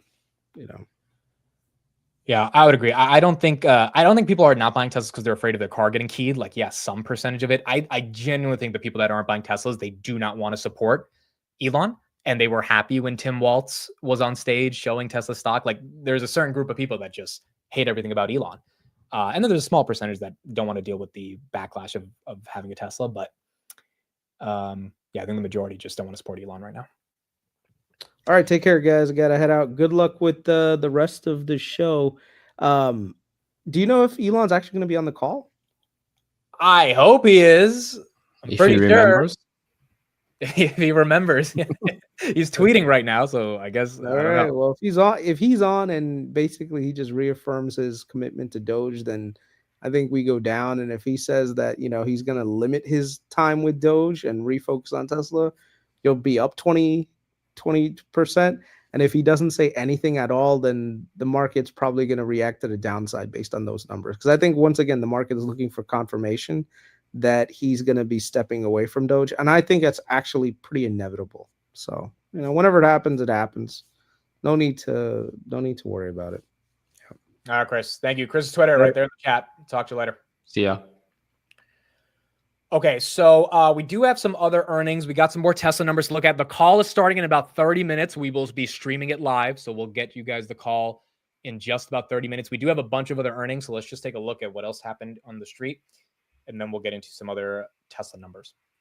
Energy earnings are out, and Pippa Stevens has the numbers. Hi, Pippa. Hey, Morgan, the stock is sinking here after a top and bottom line miss during Q1. Enphase reporting EPS of 68 cents. That was 2 cents short of estimates. Revenue of 356 million, also short of the 360.9 million Wall Street was looking for. Gross margin also disappointing, 47.2% there, and guidance coming up short. They see Q2 revs at 340 to 380 million, while Wall Street was looking for 376 million. Now, with the call kicking off momentarily, tariffs, of course, will be top of mind. The stock now down 10.5%. John? All right, Pippa, thanks. European software giant SAP has earnings out. Stocks popping. Steve Kovac, how do the numbers look? Yeah, they look pretty good here, John. At earnings beat, euros coming. This is all in euros, by the way. 144 adjusted. Street was looking for €1.32 adjusted instead, and revenue is right in line at 9.01 billion euro. That is basically right in line. They were looking for 9.07 billion euro, and then cloud revenue a slight miss here at 4.99 billion euro. Street wanted to see 5.04 billion. Still, we see shares going up pretty healthily here, up about 5% there, John. All right, Steve, thanks. Intuitive Surgical earnings out as well. Julia Borston has those. Julia. John, Intuitive Surgical beating on the top and bottom line, but shares are down 7% on warnings about the impact of tariffs. Just want to point out here the top and bottom line numbers: adjusted earnings of $1.81 per share. That is 9 cents better than expected. Revenues of 2.25 billion, beating estimates of 2.1 billion. And procedure volume increased 17% versus the 14.3%, which was an expected number from Street Account. Now, the company did project that its 2025 non-GAAP gross profit margin will be in a range of 65 to 66.5%. That's below the 69.1% that was the number in 2024, saying that this new estimate includes an estimated impact from tariffs of 1.7% of revenue, plus or minus 30 basis points, saying, quote, additional tariffs, should they be implemented, would the adverse impact on the company's financial results in 2025 could be material. And you see shares down about 7%. Back over to you, Morgan. Okay. Julia Borson, thank you. We've got Capital One earnings out as well. Hugh Son has the numbers. Hugh. Hey, Morgan. So it looks like a beat for Capital One on EPS, but not revenue, on better than expected loan loss provisions. EPS of $4.06 a share compares favorably with the $3.71 adjusted estimate. Revenue of $10 billion is a hair under the $10.06 billion estimate. So that loan loss provision we talked about for the quarter, that was $2.4 billion, or roughly $370 million better than the analyst estimate. And as a reminder, guys, last week Capital One announced it got regulatory approval for the acquisition of Discover Financial. That deal will close next month. Back to you guys. Okay, Hugh Son, thank you. Shares up 1.5% for Capital One. All right, so companies across the board, not horrible results. Stocks not reacting as positively to the results. I mean, Tesla, to be honest, is one of the best performers. SAP is up 7%, so that's helping SAP right here. But Tesla, even with those crappy numbers, up 0.26% after hours right now. Any numbers you two are looking at in the deck that you think is worth bringing attention? I think someone mentioned the net income guidance was a little bit lower as well.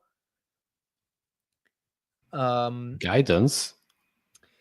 Yeah, it was kind of like I think someone mentioned in the chat, they had a note on their net income, which was lower than expected. I don't know if it's necessarily guidance, but it's something they said right here. In terms of their explanation, we'll try to find some better numbers right here. In terms of the explanation for the net income miss and the revenue miss, so revenue decreased 9% year over year. They said we had a decline in vehicle deliveries in part due to Model Y. We reduced the vehicle average selling price. That's price cuts. Negative FX impact of about 300 million. That's based on the dollar. Growth in energy generation and storage services and other, and then higher regulatory credit revenue. So those were some of the things that affected it. And then in profitability, again, reduced vehicle asking price, declined in vehicle deliveries, increase in operating expenses driven by AI and other R&D projects. And the other good things they had were lower cost with Cybertruck's production ramp, growth in energy generation, etc. What is their cost of goods? because they had a record cost of goods per car the past 2 quarters. I think I don't think I've seen it, but and you can look. I think you can go on. Yeah, I think they nuked the number, bro. but I mean, it would make sense not to have it in a quarter where Model Y is basically almost non-existent, because that number would make absolutely no sense. That's fair. Slide 22 is a cool one. Slide 22. Okay, let's go to this one. Oh, wow. Look at that. A little bit of Optimus production. All right, so here's a question, you guys. Jose, we'll start with you, and definitely a question to the chat as well. Energy, by the way, grew 67% year over year for those that are asking. Optimus, Jose, you think we get any updates at all on the call? I hope so, because I think in the AI slide, they kind of mentioned a few things about the AI market. They mentioned that the robo-taxis is still planned to launch or track to launch in Austin by June. So we got a re-information there. And they still have, it's still on track for Optimus to kind of come out of the Fremont pilot production line in 2025. They also mentioned some more things like deployments of bots doing more useful work across their factories. So I do think we get some updates here, especially as if you don't want to talk too much about your weak automotive numbers, you can talk more about some of the exciting things that investors could be happy about, and that can be obviously robo-taxis, it could be Optimus, and other types of AI solutions. So I do think we get some updates here on the Optimus robot. Neil, you think we have any shot of getting an Optimus update today? Specific details, probably not. Unfortunately, it's probably going to be the same thing. If it's successful, this can be more valuable than Tesla today and blah, blah, blah. But hopefully later this year, we actually get maybe an Optimus event.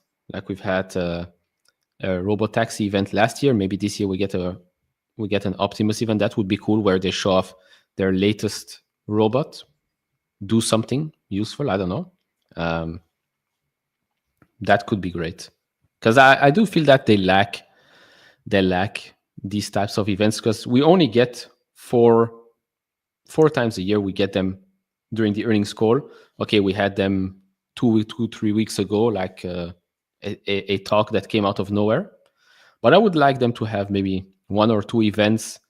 Yeah, the investor day, okay, fine, but it's time. It's not 2019 anymore. It's 2025. So you can be a bit more present. Yeah, I agree. Jose, I think Jose's got to go. Yep. Thank you, guys. I mean, I had fun. See you guys some other earnings, and thanks to everybody watching. Bye. See you, Jose. Talk later. Okay, cool. And then there were 2. All right. So we will be live again as Tesla has the earnings call in about 30 minutes. We do have a new video right here by another company that a lot of people know about, which is Palantir. So let's take a look at this video. This came out like 30 minutes ago as we wait for Tesla right here. I think it's a little loud there, so if your speakers are up, you can turn them down a little bit. But it's kind of like a movie trailer or something. So very, very Transformer-like. All right, let's see what they put out right here.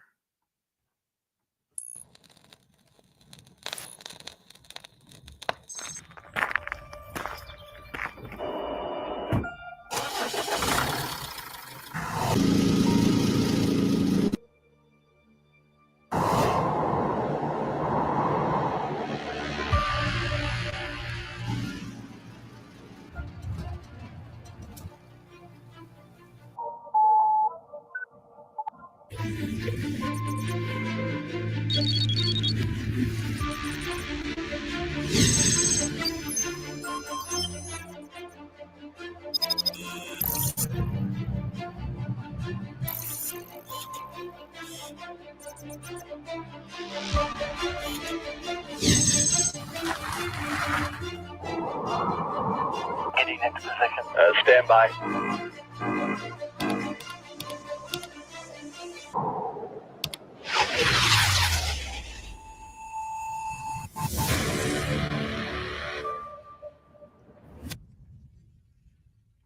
It's pretty cool, dude. It's some interesting marketing right here. So Titan, for those that don't know, is one of the big contracts that Palantir won in combination with Anduril. And I think they've supplied 2 out of the 10 Titans that they have to supply. But that is kind of the next generation of autonomous warfighting. Neil, any reaction to that video? And we haven't heard you talk about Palantir in a while. Any reaction to the current state of affairs at the company?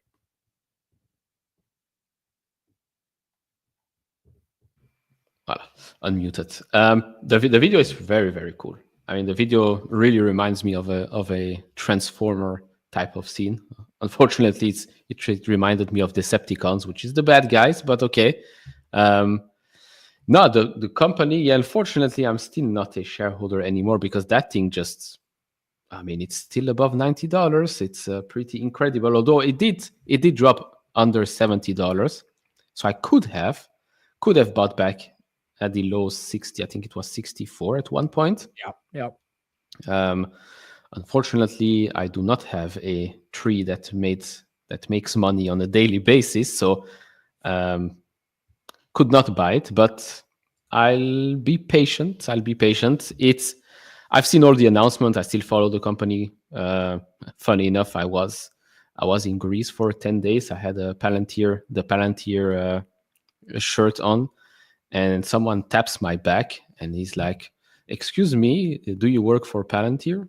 And I'm like, "No, do you?" And he's like, "No, but my son does." I'm like, interesting. Interesting. No, but the more recent announcement, of course, is NATO. The NATO Maven contract is a pretty big deal.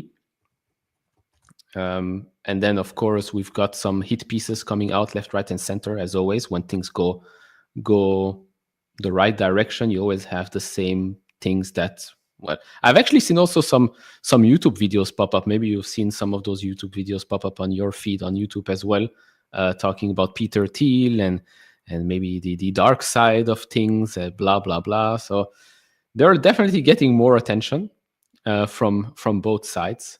So they're doing well, I would say. Because if you're doing bad, you're not getting that attention. That's for sure. Yeah, I would agree. Look, to not sugarcoat it, Palantir obviously trades at a very expensive multiple. It's always traded at an expensive multiple. The stock went from 16 to 125 at one point, down from 125 to 90. I think part of the reason that it's kept its multiple is because there's a retail army that Diamond holds this stock or Diamond hands this stock. And as a result, they're holding and not selling. But I've started to think the retail following of it, it's a role in the price action. But given how global this company has become, it's in the top 10 on Fidelity, Vanguard, Robinhood in terms of stocks that are traded every day.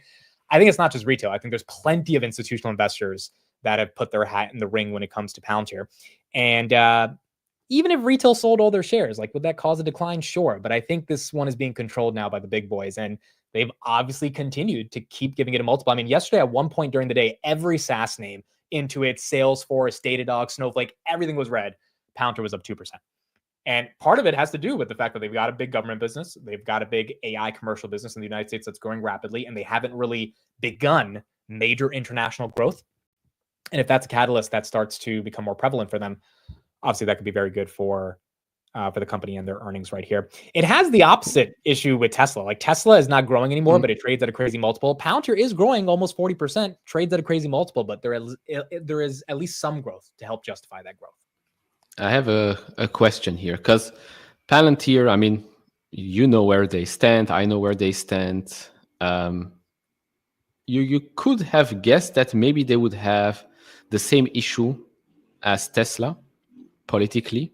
And yet we do not see any impact on the stock on the negative side of things. We do not really see an impact on the brand, although it's less of a customer-facing brand, right? They're not selling it to you and me. They're selling it to big companies. I think they're lucky. It's not luck, as they've built that for over 20 years. But we've been talking about the commercial side of things quite a lot. But I think the fact that government is picking up and accelerating faster than commercial, especially since, the last 2-3 quarters, I would say, that helped out Palantir's business and Palantir's stock quite a lot. Because I think if it was only commercial, then maybe you might have created a story around the fact that, oh, they're doing this, they're doing that, Peter Thiel, blah, blah, blah. maybe that could hurt their partnership with some companies. But the fact that, first of all, they're working with elite companies, and second of all, well, government side of things, the revenue there is accelerating and becoming a bigger chunk of their overall revenue, is protecting, let's say, the stock side of things. I think all that is right. I think there's some other nuances to this as well. I think number one, as someone said in the chat, Karp is not on Twitter. And so he's not trolling people every day, making jokes, putting out memes about the Democrats. It's like he's just not like literally in your face, isolating certain parts of the population every single day. Elon enjoys that. And I think at this point, Elon doesn't care what anyone thinks. And so that will have some negative effects, but Karp's not doing that.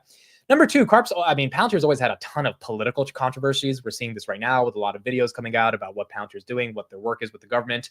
I just think there's more of a legion of followers that understand what Palantir's actually doing and has studied the business, understands that civil liberties is at the core of the technology.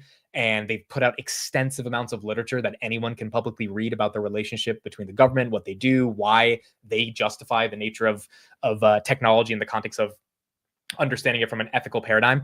And so there's more people that are just willing to call BS. Whereas in 2017, the company wasn't public. It was a shadowy, mysterious company. They didn't host 6 conferences over the past couple of years.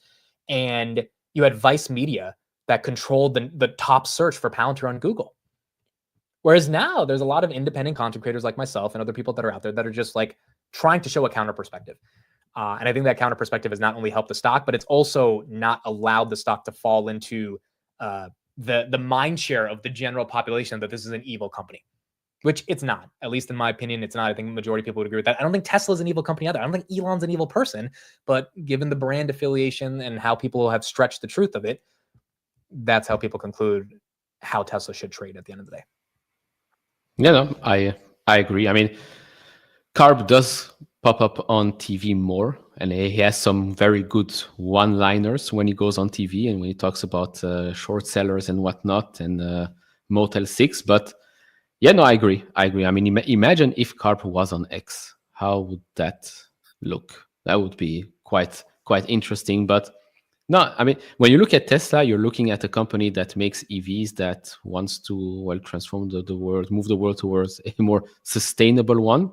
And people say that they're evil, which is ironic, to be honest. But yeah, when you're selling to individuals, I guess you don't get the same luxury as when you're selling to governments, armies, defense contractors. Yeah, that's the thing. It's not a consumer product. You know, like if people hated Tim Cook, they might not buy the iPhone. If you hate Elon, it's a lot harder to buy a Tesla than an iPhone. So it's easy for people to deny it. Whereas if you're Wendy's or BP, you need Palantir software. You kind of don't care that much about the CEO. At the end of the day, you know, the software has to work inside your company. Yep.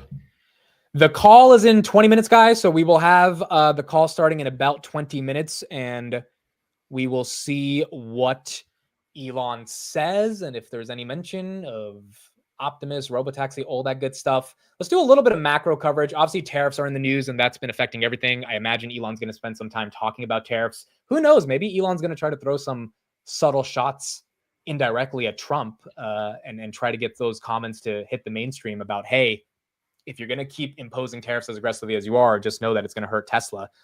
Maybe Trump cares, maybe he doesn't, but we're going to see how explicit Elon is with this commentary. This is one of my favorite analysts from Jefferies. He's someone that I like listening to. Let's get his perspective on kind of the state of the markets, and then we will get into the Tesla call. Is already political. You've seen what's been happening in the news. You know what President Trump wants. My question to you is, why shouldn't we just let U.S. presidents set interest rates directly?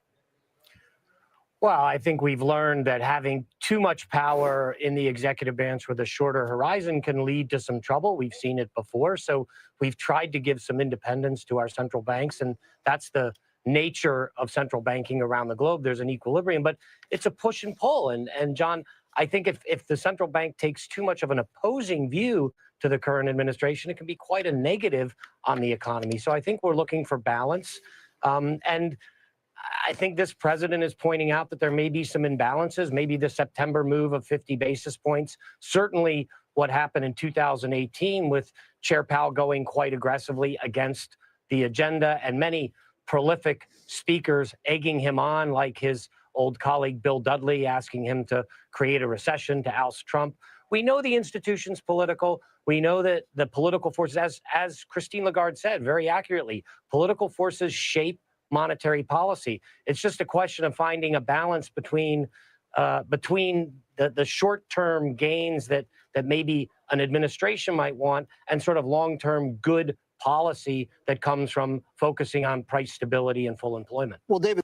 All right, I was gonna let our boy finish, but the real reason why everyone's even part of the stream in the first place is finally here. I guess he had a nice little nap, had some yogurt, got to do what he needed to do to get ready for the stream. But we can finally get his thoughts on this quarter by Tessie. Steve, welcome to the show. See, I got bricks in the background. I'm trying to be like you. Did you have a good nap? Did you have a good chocolate milk before you came live? I originally thought I was going to take today off, and I ended up working all day. Why didn't you just take the day off? Like, I got too much going on. I can't do it.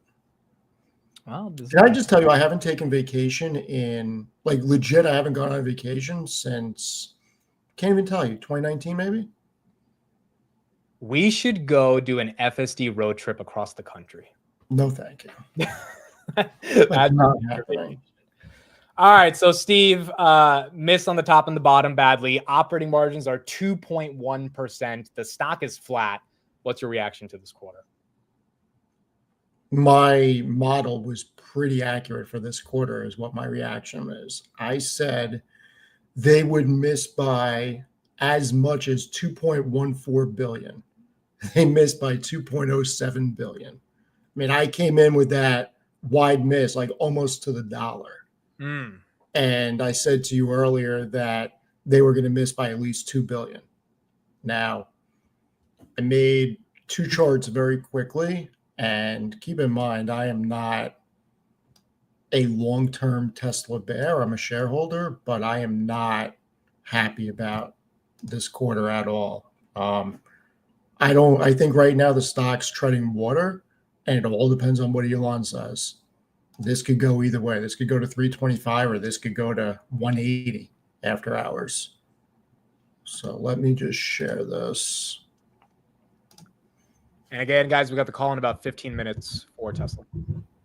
You need me to blow it up a little? Yes, zoom in a little bit. I already know where you're going to go with this. Oh boy. So I went back to Q1 2021. So I did the past 4 years of data.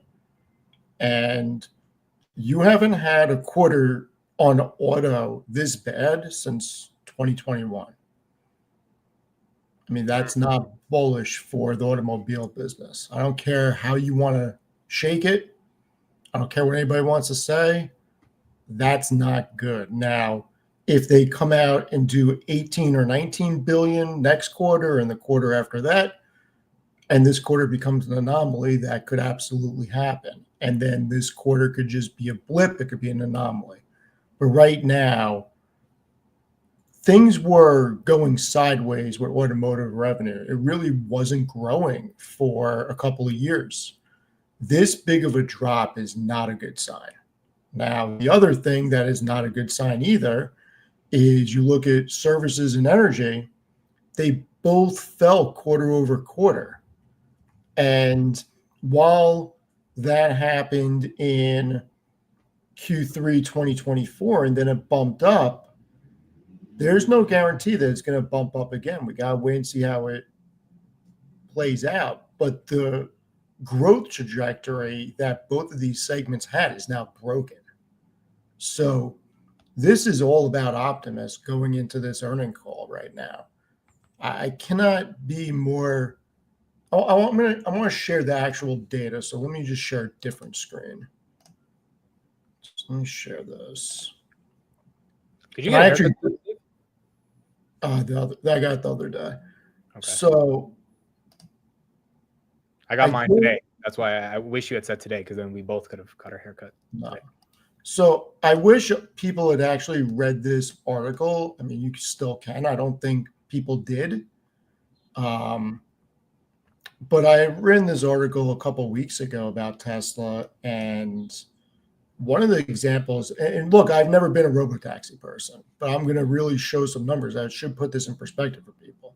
So when I wrote this article, I did a 14-mile trip from Long Island University, smack in the middle of Nassau County, pretty populated area, to Walt Whitman Mall.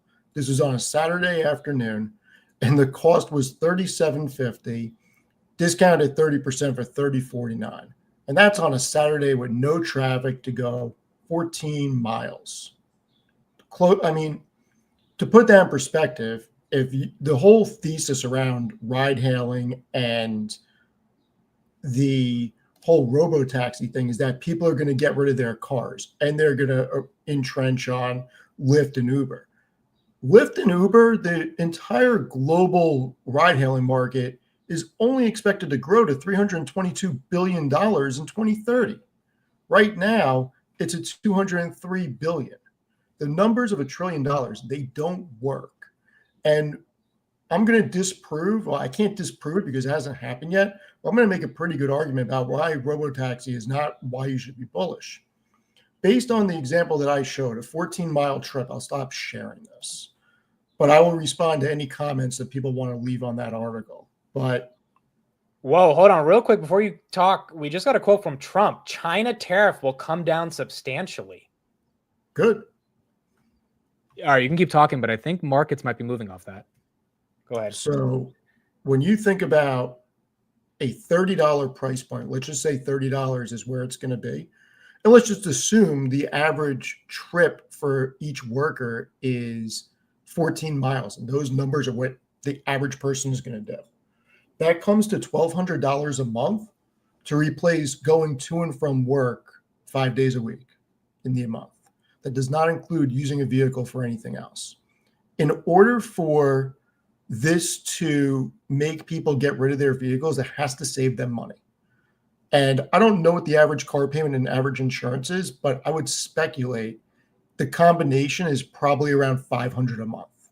And then if it's a gasoline vehicle, let's just say your average cost for ownership is $600 or $650 a month. Figure 100, 150 in gas. So I completely understand. I agree that autonomous should reduce ride hailing by a certain amount because there's no human aspect. But they're going to have to reduce the cost by a minimum of 60 to 70% in order to get people to even contemplate getting rid of a vehicle. Now, maybe that happens, maybe that doesn't, but that's a big stretch for it to happen. Also, you need enough of them where you can get a ride within 5 minutes whenever you want. People are impatient, and companies like Amazon have spoiled us. When you have an on-demand economy where if you live in a heavily populated area, you can get packages the same day, if not the next day. Everybody's used to using Instagram and scrolling through reels and purchasing through e-commerce. So if there's a 10 or 15-minute delay to get a ride, that's not going to work for a lot of people, especially if Uber is closer. So the ride-hailing business has a lot of flaws, in my opinion.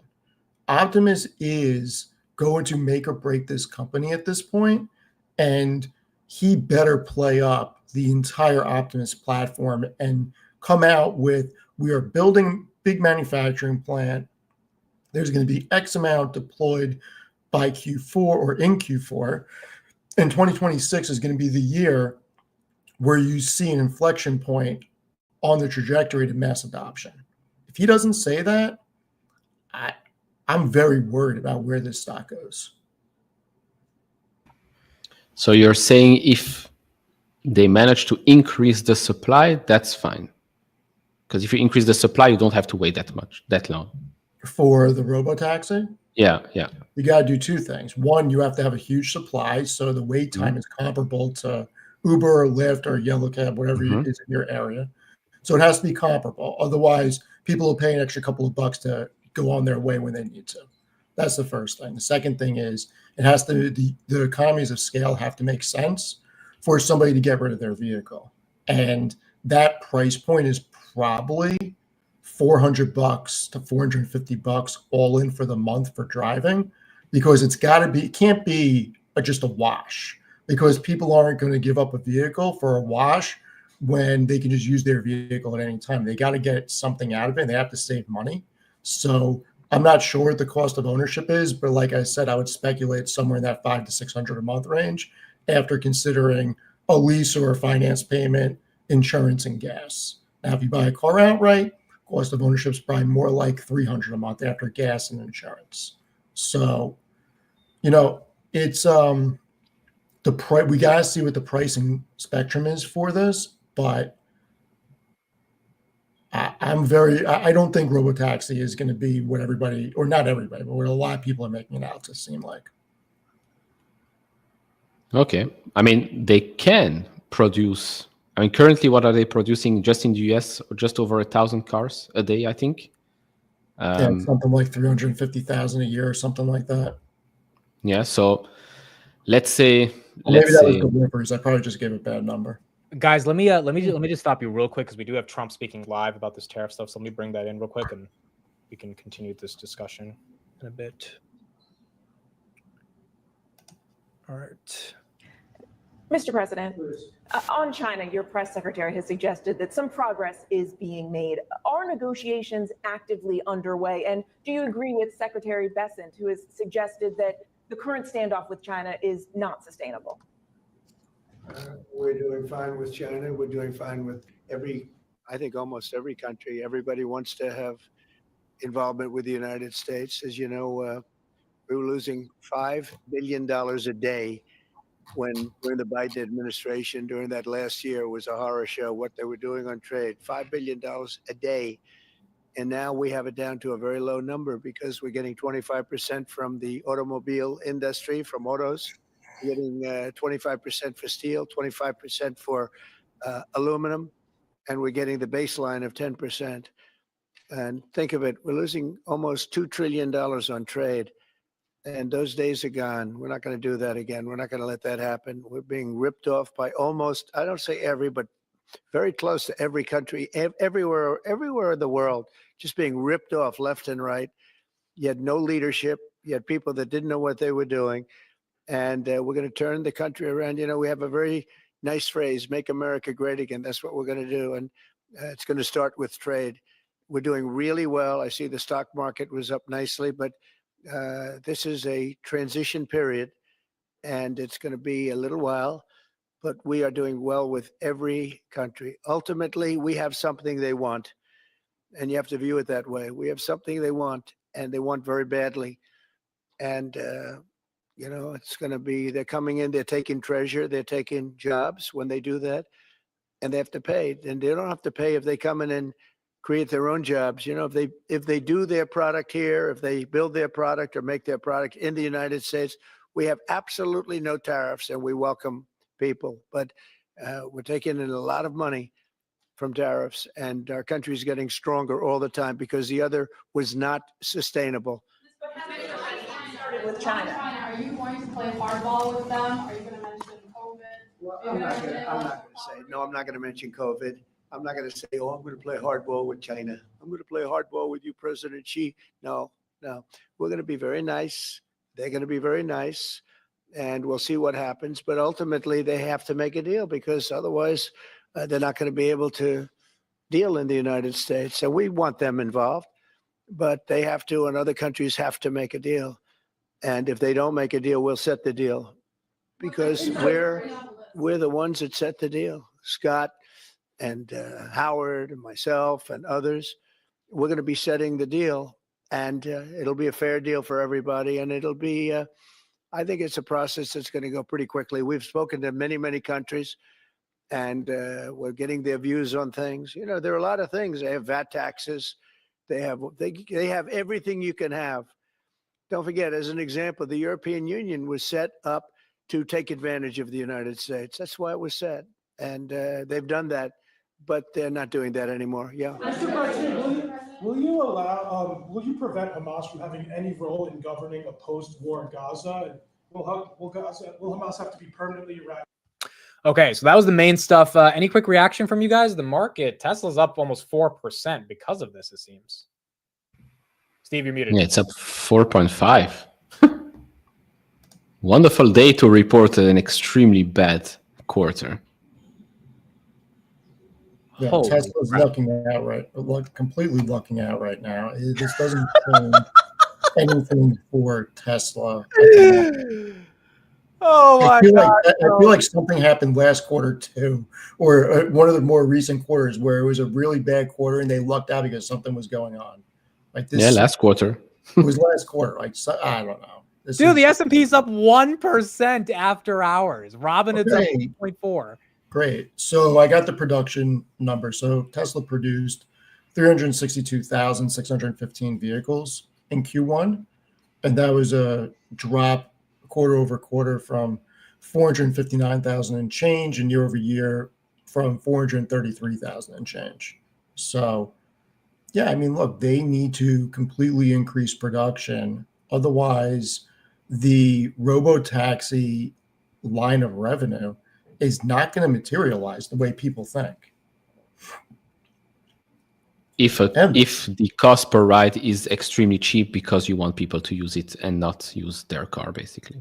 Yeah, because that's the whole premise around people actually using it. You have to undercut not just the current players in the game, but somebody's ability to own a vehicle. And the other headwind is actually rolling this out, because you can't just roll it out in Austin and San Francisco. You have to capture major areas. Miami, New York. I mean, there are very major areas that this needs to be captured in, and there's no guarantee that that's going to work. And there's an insurance aspect around it, because if we are individuals that own a Tesla and enter it into a ride-hailing pool and it gets into an accident, who is the coverage claim going to be on if it gets into an accident? Is it going to be on Tesla, or is it going to be on the individual's insurance policy? And what insurance policies are actually going to allow this to be part of your comprehensive coverage? There's a lot of unknown questions that have not been answered. So I'm not saying that this can't work. I'm just saying that it is not flushed out where I have seen any credible business plan of how it will work.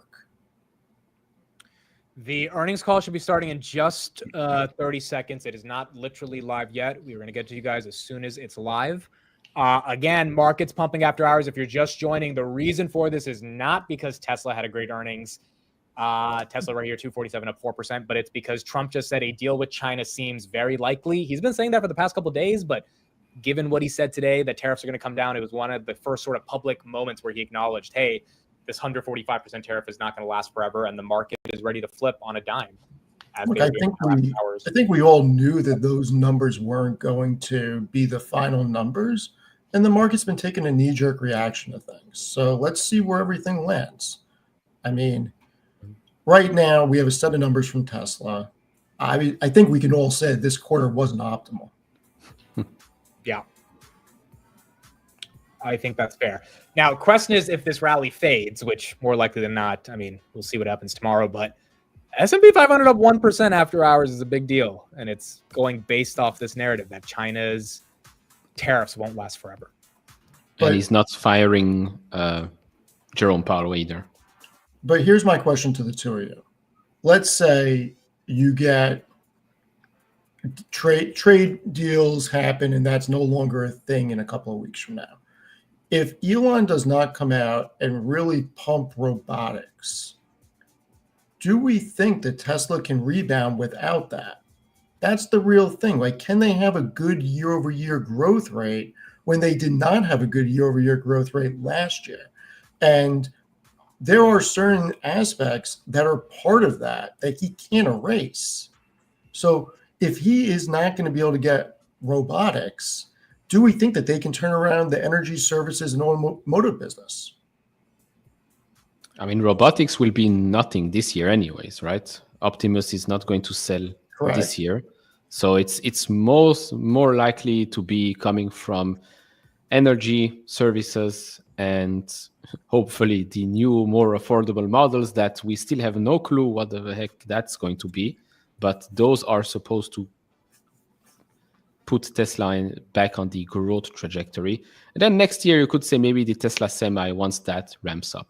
Because I think that's a big business when fully ramped up.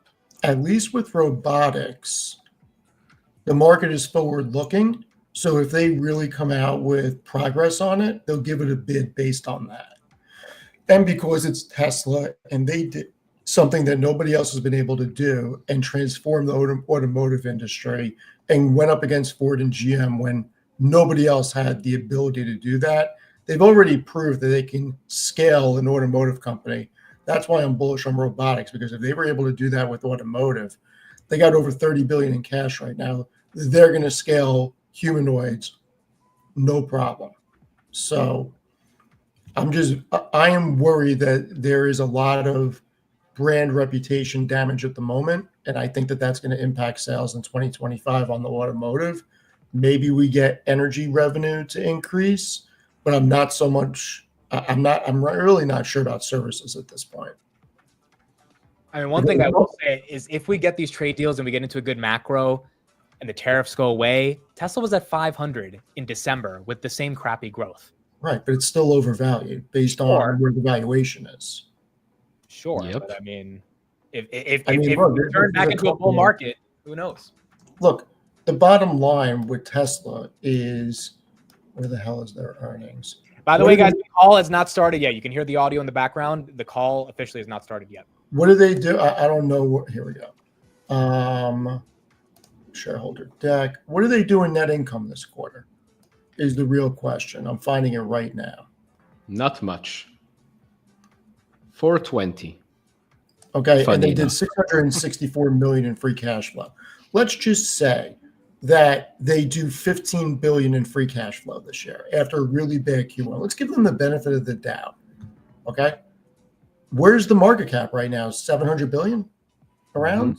Yeah, that's a huge multiple on free cash flow. But Tesla's always had a huge multiple. No, but that's my point. It is still overvalued, and and the market is priced in so much future growth. You got 1%. Did they even grow last year?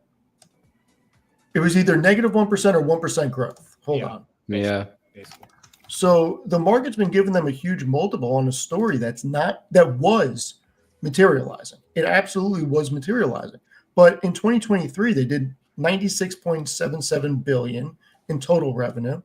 And in 2024, they did 97.69 billion. They grew by $1 billion year over year. I mean, that's not a big growth rate.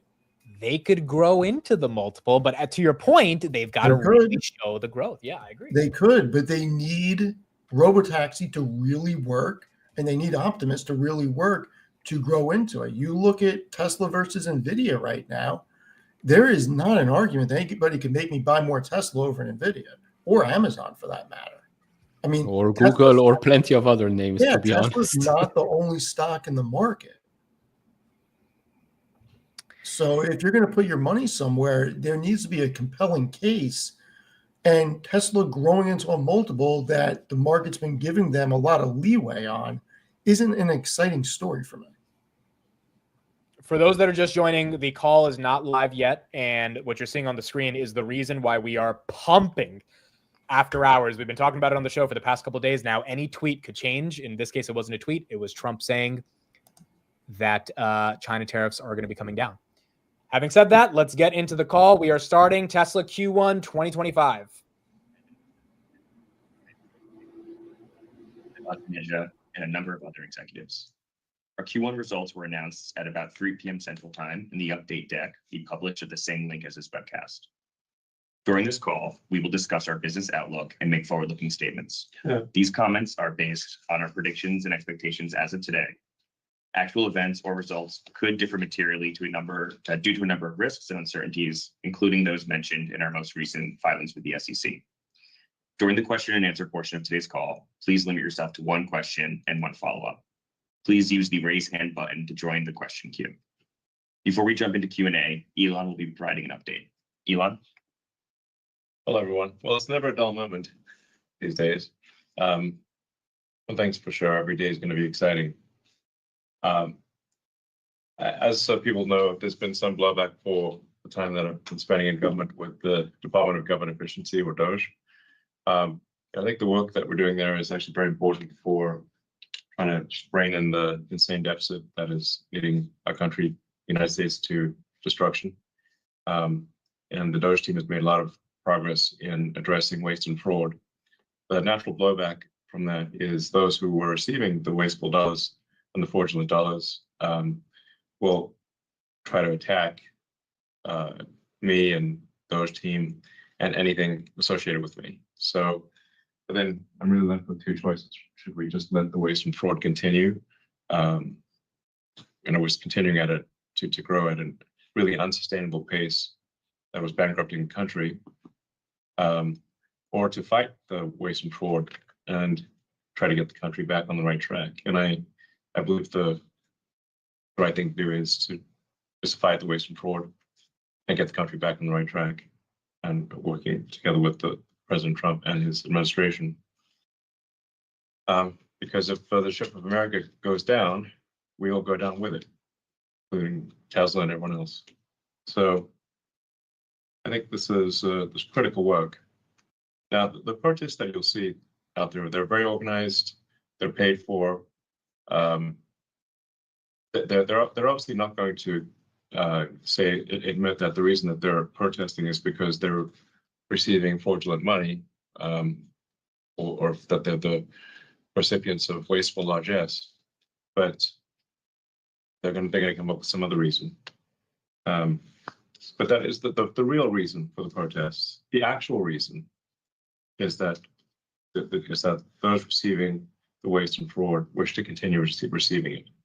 That is the real thing that's going on here, obviously. So now that said, I do think there's the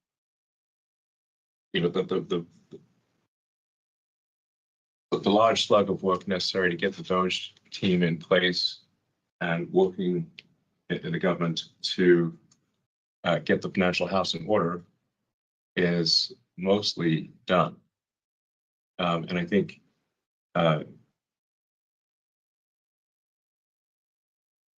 starting probably in next month, May, my time allocation to Doge will drop significantly. I'll have to continue doing it for, I think, probably the remainder of the president's term, just to make sure that the waste and fraud that we stop does not come roaring back, which we'll do if it has the chance. So I think I'll continue to spend, a day or two per week on government matters for as long as the president would like me to do so, and as long as it is useful. But starting next month, I'll be allocating far more of my time to Tesla, and now that the major work of establishing the Department of Government Efficiency is done. So at Tesla, we've gone through many a crisis over the years, and actually been through many near-death experiences. I think we probably were on the ragged edge of death, at least maybe a dozen times. It's been so many times.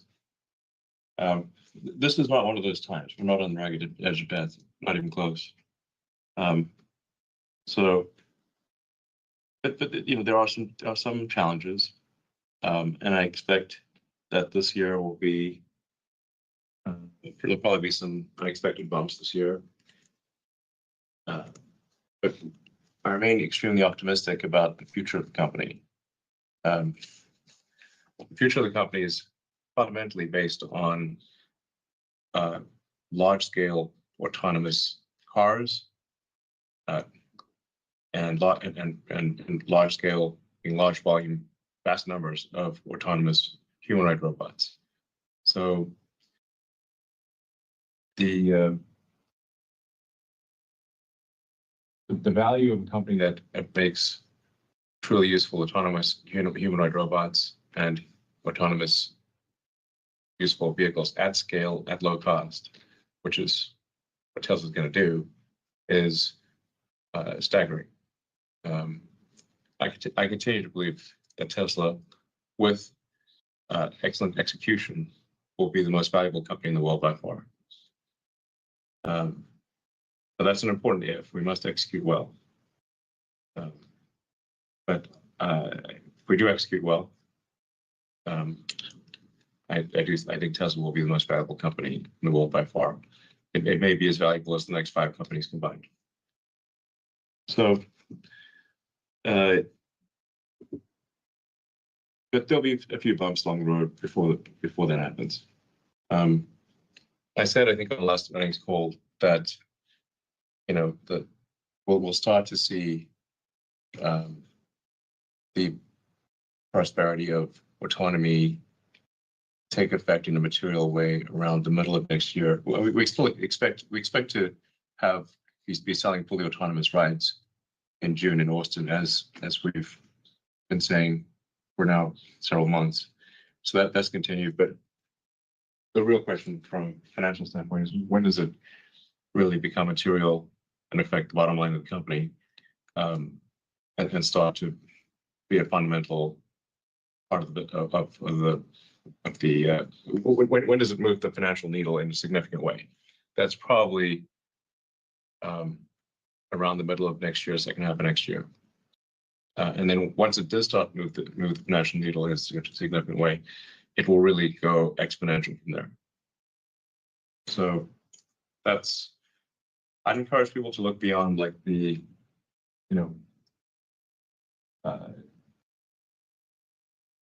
some sort of bumps and potholes of the road immediately ahead of us, but lift your gaze to the bright, shining,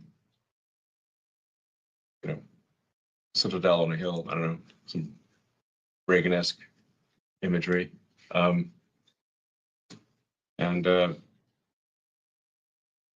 that's where we're headed, and not too distant future, like I said, end of next year type of thing. So, let's see. With respect to supply chain risk, something that Tesla has been working on for several years is to localize supply chains. This actually makes sense from a cost standpoint, and from a logistics risk standpoint. Is to have the supply chains be at least located on the continent in which the car is built. And so we are, I think, the least affected car company with respect to tariffs, at least in most respects. I mean, it remains to be seen. Now tariffs are still, tough on a company when margins are still low. But we do have localized supply chains in North America, Europe, and China. So that puts us in a stronger position than any of our competitors. And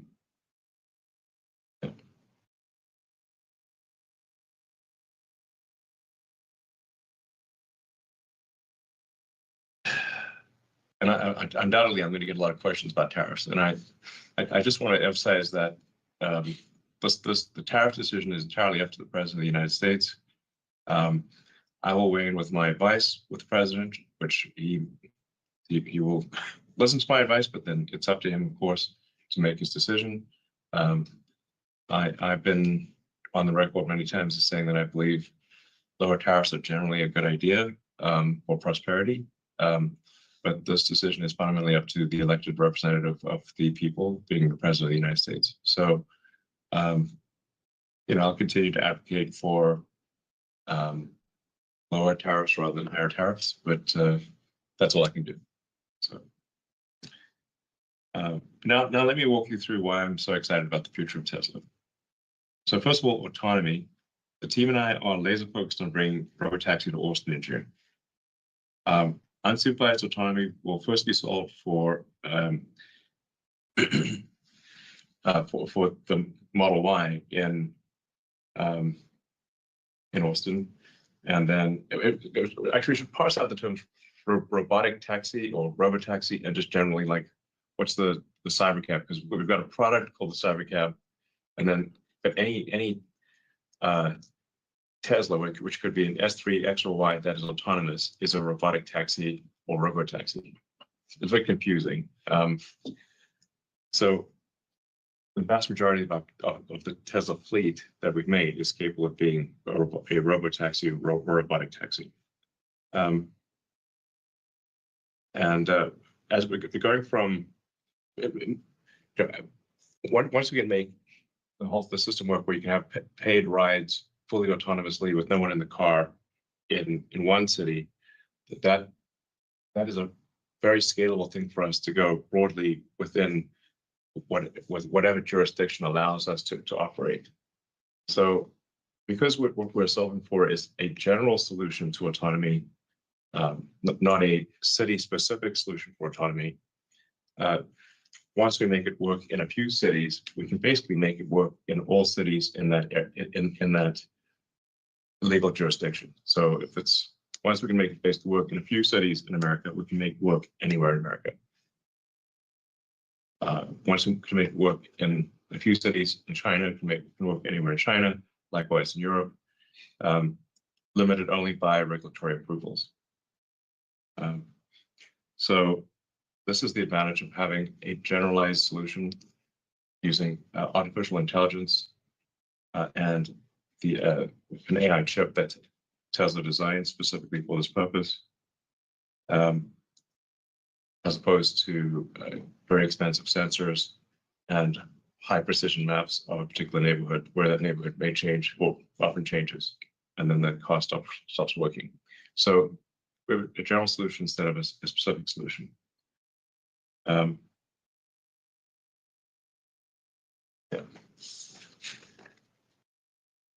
Then with regard to Optimus, making good progress in Optimus. We expect to have thousands of Optimus robots working in Tesla factories by the end of this year, doing useful work.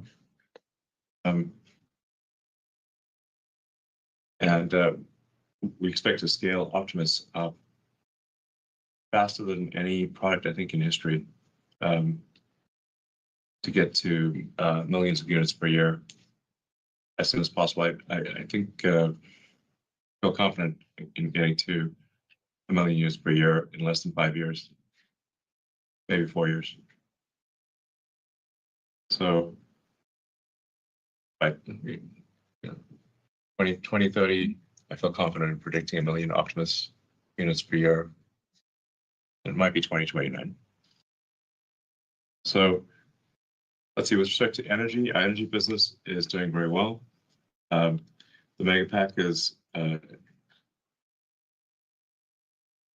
enables utility companies to output far more total energy than would otherwise be the case.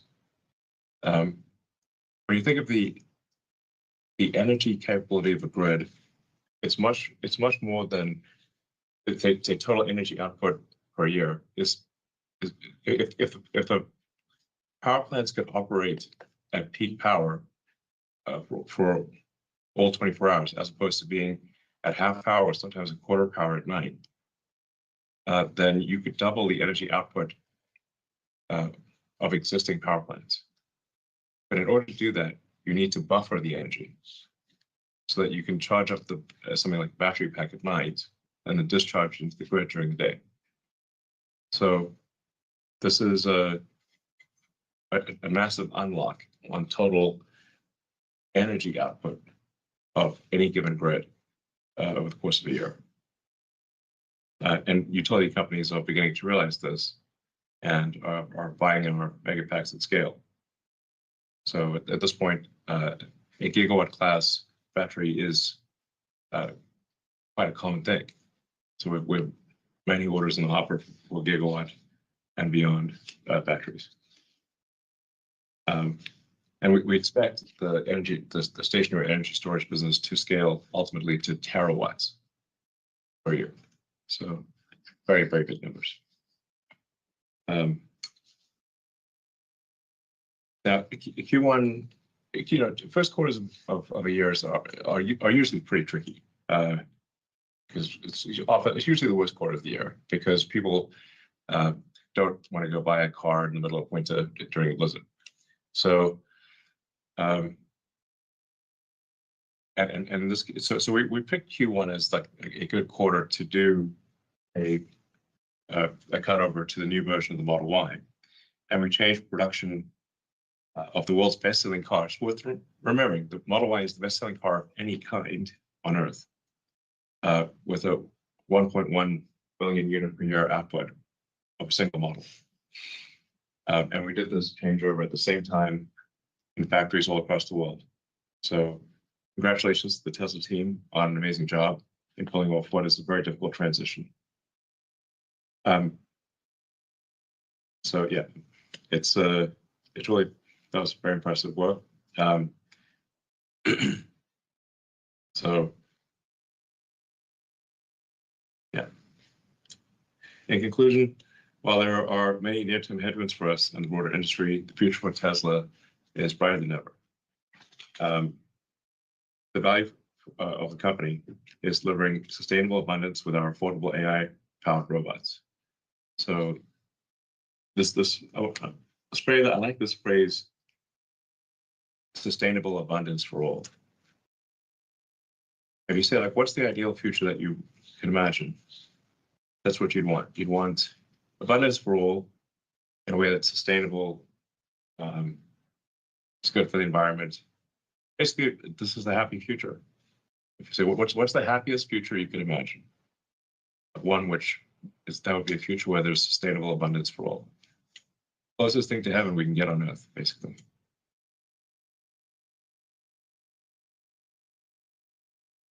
So thank you again to the Tesla team for all their efforts at this challenging time. I look forward to continuing to lead the team to great success in the future.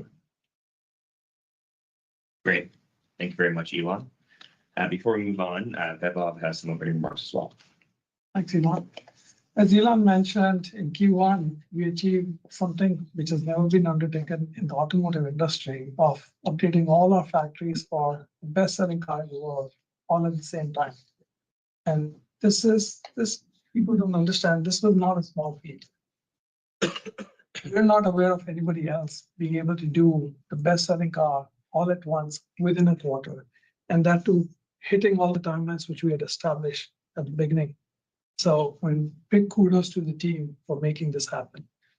Additionally, we also hit a record gross profit for energy storage business in the quarter. Now, getting back into the business, there's been a lot of speculation as to the reasons for decline of our vehicle deliveries in the first quarter. We had previously guided that we will be updating all factories, and this would lead to several weeks of lost production, which did happen as planned. The ripple effect of the change is not having enough new Model Y available in most markets for people to see and experience till the last few weeks of the quarter. Additionally, the negative impact of vandalism and unwarranted hostility towards our brand and our people had an impact in certain markets. Despite this, we were able to sell out legacy Model Y in US, China, and a few other markets within the quarter. And again, just so people understand, we were producing the legacy Model Y till middle to end of February. And we switched over and we were able to still sell out within that period. So again, big achievement by all the people at Tesla to make it happen. We have a very extremely competitive vehicle lineup, which with most vehicles going through a recent update. And add to that, advances in FSD, you have a personal chauffeur, which can take you almost anywhere under supervision. There are numerous stories shared by customers ranging from how it has improved their daily commute, to providing mobility to customers with disabilities, to giving older customers the ability to travel comfortably and independently. Not only is FSD supervised safer than a human driver, but it is also improving the lives of individuals who experience it. And again, this is something you have to experience, and anybody who has experienced just knows it. And we've been doing a lot lately, try and get those stories out, at least on X, so that people can see how other people have benefited from this. Now, coming into some of the financial stuff, auto margins declined sequentially, primarily due to the reduction in the total number of deliveries, lower fixed cost absorption due to factory changeovers, and lower regulatory credit revenues, offset by a slight increase in pricing due to the launch of new Model Y, despite incentives which we had to sell legacy Model Y. Our energy storage business, like I said before, has achieved yet another milestone of great highest gross profit in the quarter. This was despite sequential decline in deployments. The importance of this business, as Elon mentioned, is pretty profound, especially in this environment, because if in order for grid to work properly with the demands from AI and all this, you need some more stability. And this is by far the simplest and best solution which we are aware of, which can help do this. And we've also developed certain unique solutions to help our customers to achieve this. Additionally, on the Powerwall side, we've been selling the new Powerwall 3, and it's been received with very good reception from customers, and to the extent that we are currently supply constrained. On services and other margins, they were slightly down sequentially, primarily because of the pressure on our used car business and insurance business. Note that we continued our journey to improve profitability in our services and collision business through better labor productivity. As previously discussed, our operating expenses continue to increase sequentially, primarily due to our AI-related initiatives, including Optimus, and also cost of development for our vehicle programs, including Cybercab, Semi, and cheaper models. These expenses flow through R&D. We believe, even in the current environment, it is the right strategy to keep making investments in these areas to position us for the long term. These increases were offset by decreases in SG&A from changes in our vehicle referral program. Other income reduced significantly on a sequential basis. The primary reason was Bitcoin mark-to-market loss in Q1 versus gain in Q4, resulting in a $472 million drop. The remainder of the change is because of FX remeasurement. With the adoption of the new mark-to-market standard for Bitcoin, we expect increased volatility in other income in addition to the FX volatility. I know tariffs is the hottest topic which people talk about, and it has various impacts to our business.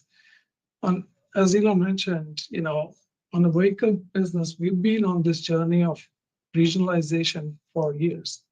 Specifically in the US, Model Y has been rated the most American model made car on Cars.com Made in America Index 3 years in a row. This in part is of all the work which the team has been doing over the years. And to the extent that today, if you look at our vehicle lineup in US, we're about approximately on a weighted average basis, 85% USMCA compliant. So like Elon said, this definitely gives us a bigger edge as compared to our other OEMs in terms of managing the tariffs, but we're not immune, because when the Section 232 auto tariffs become effective in May, which includes Canada and Mexico, and Canada and Mexico has been part of our regionalization strategy, it will have an impact on profitability. And I know research modeling on this impact has been about a couple of thousand, which is pretty much in line with what we've been forecasting. The impact of tariffs on the energy business will be outsized since we source LFP battery cells from China. We're in the process of commissioning equipment for the local manufacturing of LFP battery cells in the US.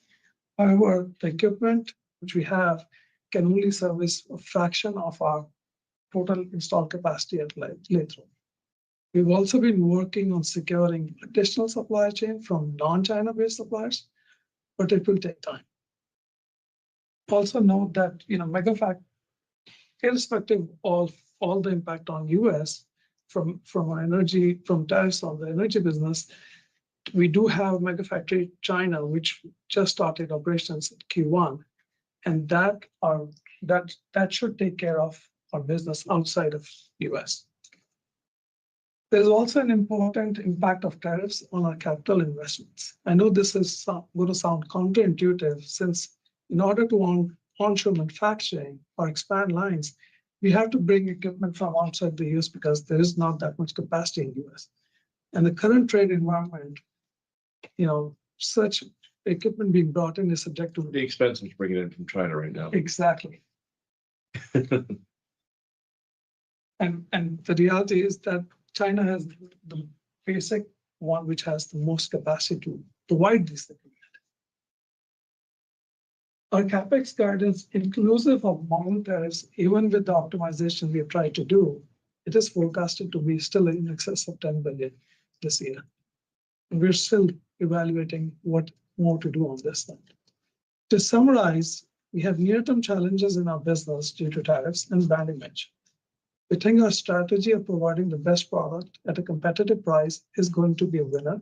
And this is the reason we're still focused on bringing cheaper models to market soon. The start of production is still planned for June. Additionally, the advancement in FSD-related features, including pilot robotaxi launch in Austin later this year, should help create a new era of demand. I would like to thank everyone at Tesla and our customers. Fantastic. Thank you very much, Vaibhav. Now we will move on to investor questions. We will start with questions from say.com. First question is, what are the highest risk items on the critical path to robotaxi launch and scaling?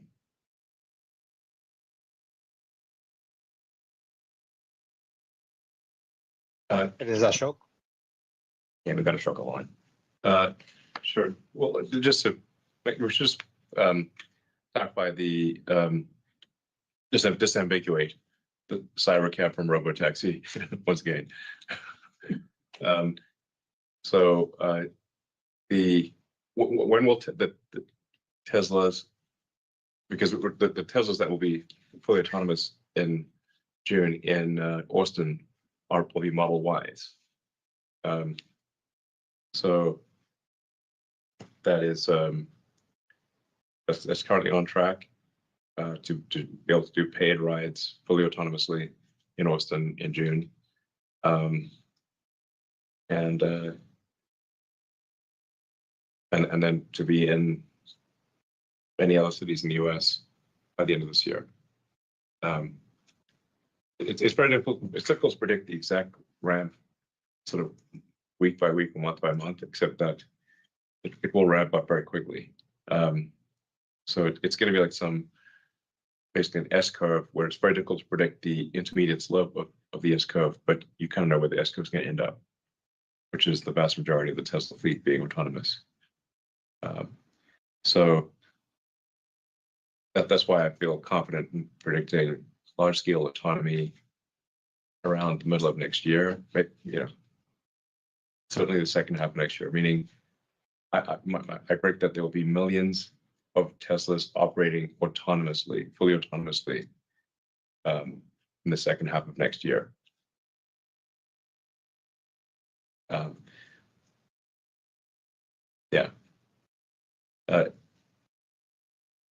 It does seem increasingly likely that there will be a localized parameter set where sort of like that if we, especially for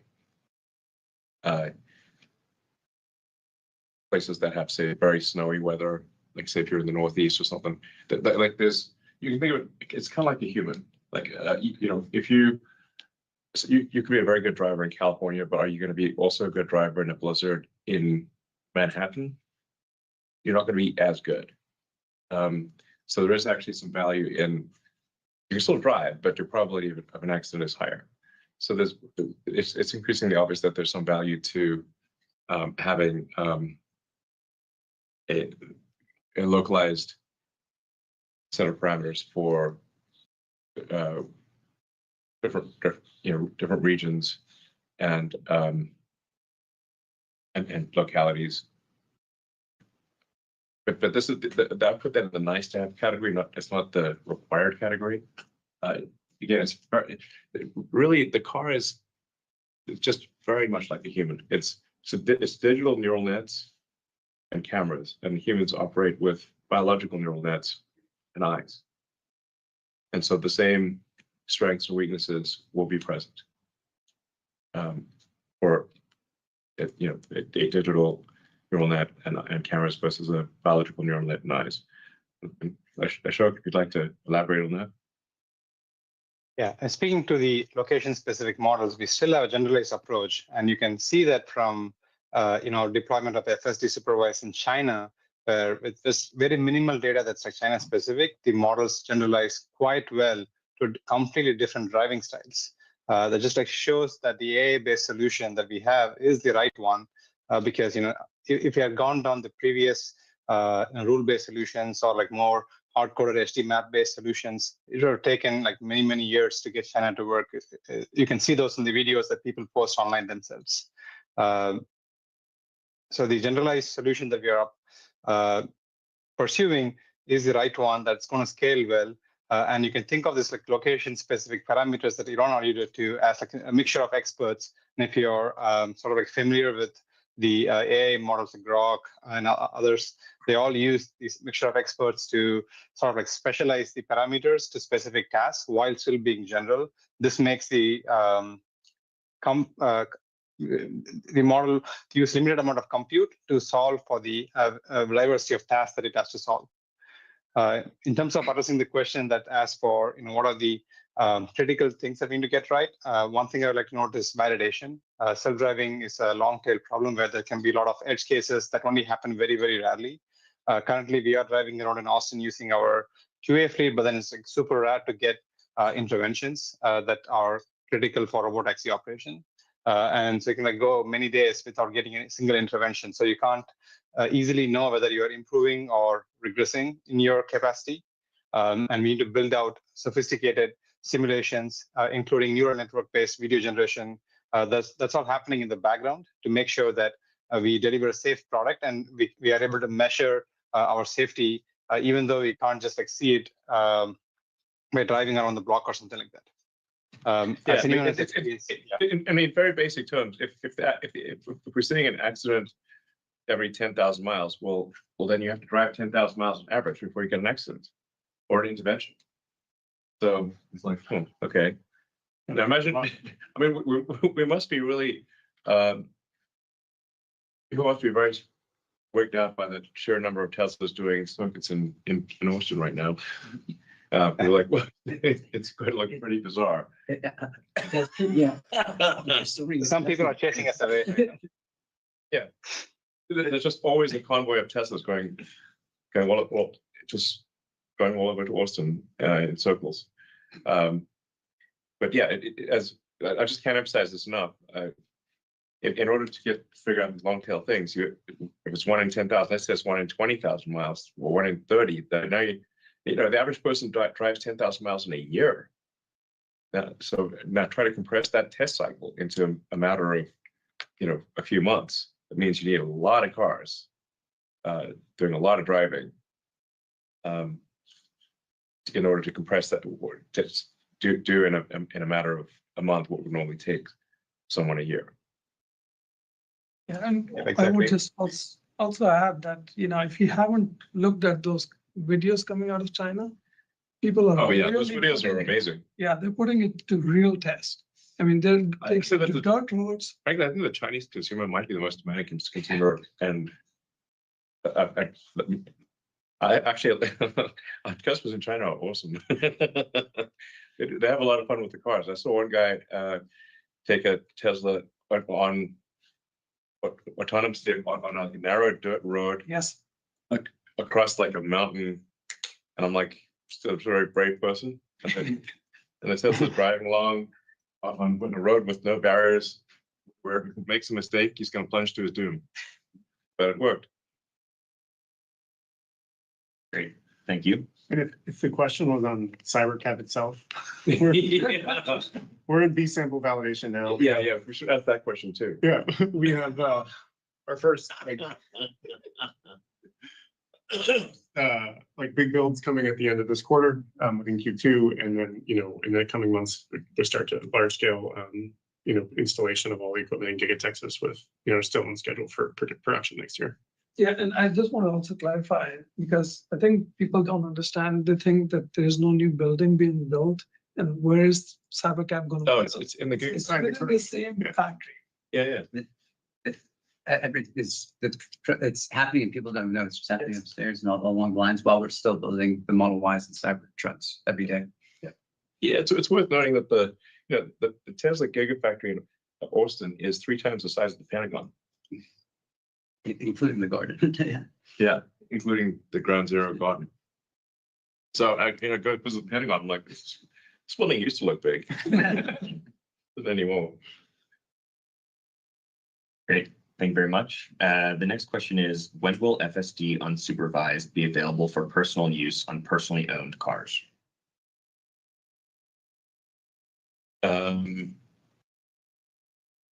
Before the end of this year. Not necessarily I say so within the US, like we do want to test, like we're at Tesla, we're absolutely hardcore about safety. We go to great lengths to make the safest car in the world and have the lowest accidents per mile, and fewest lives lost. So we want to be very careful. So we want autonomy to be definitively safer than manual driving. So it's not enough that it just be as safe. It needs to be meaningfully safer than if it's car is manually driven. So and we want to confirm that there's not something. We just want to be cautious with the rollout. We don't want to jump in at the deep end with an army. So, but that said, I think we should be able to have it work in several cities later this year for personal use. The acid test being you should be able to can you go to sleep in your car and wake up at your destination. And I'm confident that will be available in many cities in the US by the end of this year. Great, thank you very much. The next question is Tesla still on track for releasing more affordable models this year? Or will you be focusing on simplified versions to enhance affordability, similar to the rear-wheel drive Cybertruck? Yeah, we're still planning to release models this year. As with all launches, we're working through like the last minute issues that pop up. We're knocking them down one by one. At this point, I would say that ramp might be a little slower than we had hoped initially, but there's nothing, just kind of given that turmoil that exists in the industry right now. But there's nothing that's blocking us from starting production within the timeline laid out in the opening remarks. And I will say it's important to emphasize that, as we've said all along, the full utilization of our factories is the primary goal for these new products. And so flexibility of what we can do within the form factor and the design of it is really limited to what we can do on our existing lines rather than building new ones. But we've been targeting the low cost of ownership. Monthly payment is the biggest differentiator for our vehicles. And that's why we're focused on bringing these new models with the lowest price to the market within the constraints I just highlighted. Great, thank you very much. The next question is, does Tesla see robotaxi as a winner-take-most market? And as you approach the Austin launch, how do you expect to compare against Waymo's offering, especially regarding pricing, geofencing, and regulatory flexibility? Well, okay. The issue with Waymo's cars is they cost way more money.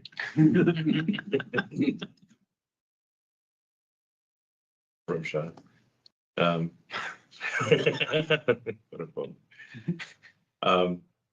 that is the issue. The cars are very expensive, made in low volume.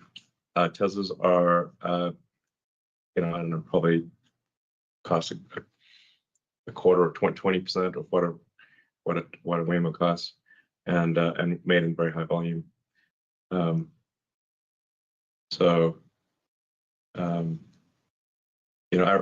Ironically, we're the ones that made the bet that a pure AI solution with cameras and audio, the car actually will listen for sirens and that kind of thing, is the right move. And Waymo decided that that an expensive sensor suite is the way to go, even though Google's very good at AI. It's ironic. And it is worth noting that Tesla's built an incredible AI, AI software team and AI hardware chip design team from scratch, from nothing. We didn't acquire anyone. We just built it. So, yeah, it's really. I mean, I don't see anyone being able to compete with Tesla at present. I'm sure that'll change eventually. But at least as far as I'm aware, Tesla will have, I don't know, 99% market share or something ridiculous. That 90-something%. At least, I don't know. At least some of them might change, but if we have millions of cars deployed next year, and unless others have millions of cars deployed, we'll have, unless we're blocked by regulatory situations, it won't be long. I mean, in a few years, we'll have 10 million autonomous cars on the roads, then, and counting.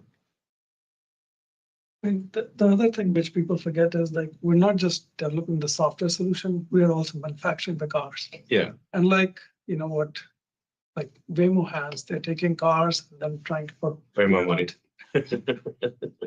We don't do that. So that definitely gives us a big leg up. And like Elon said, we already have a big existing fleet, which hopefully with the software update could become autonomous. With the software update, it will become autonomous. To be clear, the Model Y that we're talking about in being autonomous in Austin in June are the Model Ys we make currently. There's no change to it.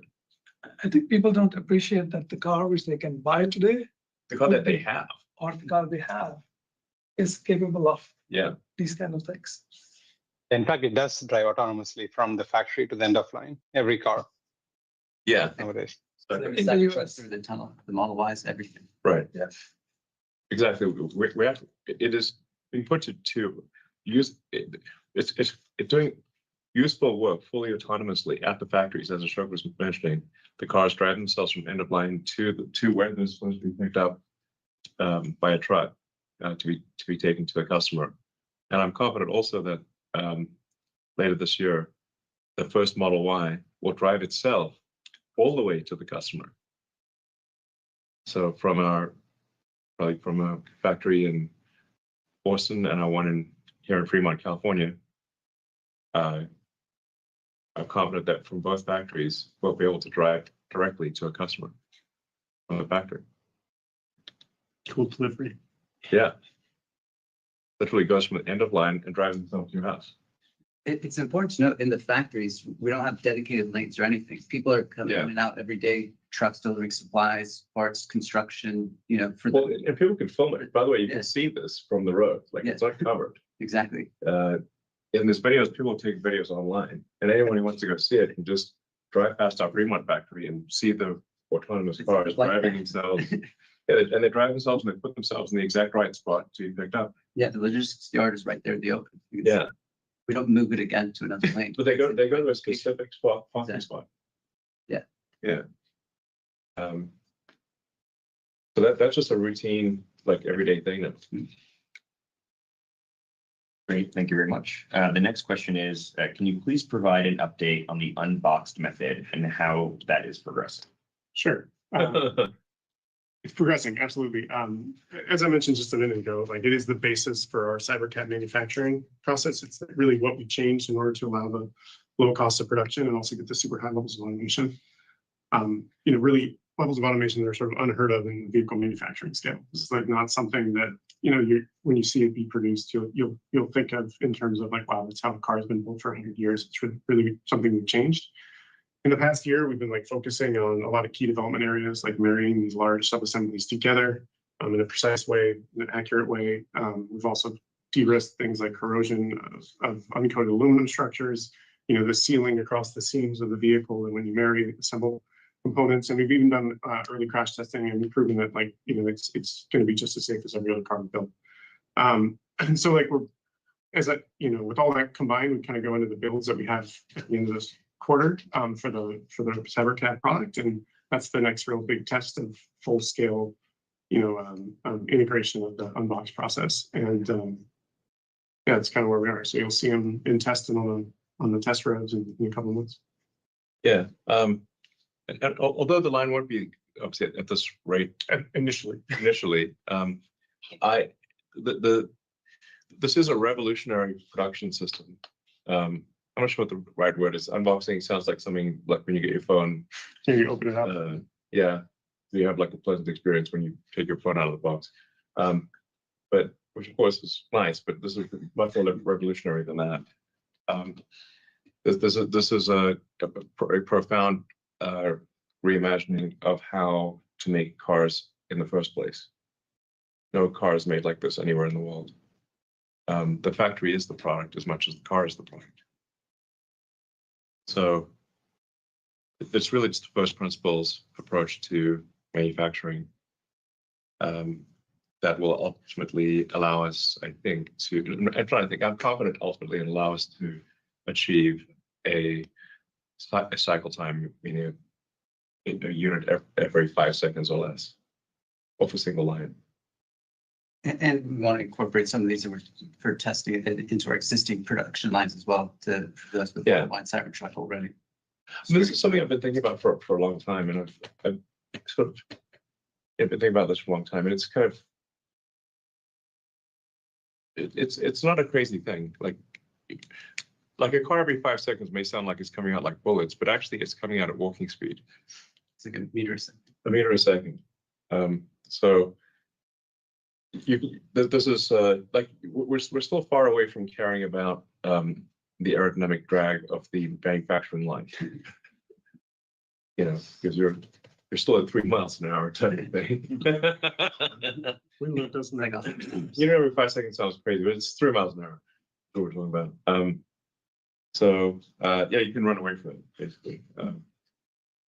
But that's still by far the fastest line on Earth.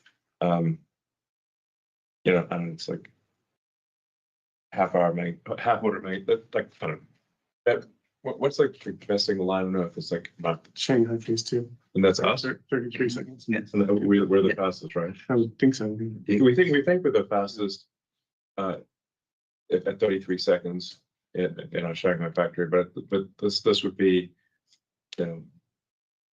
6 times faster or 7 times faster thereabouts. So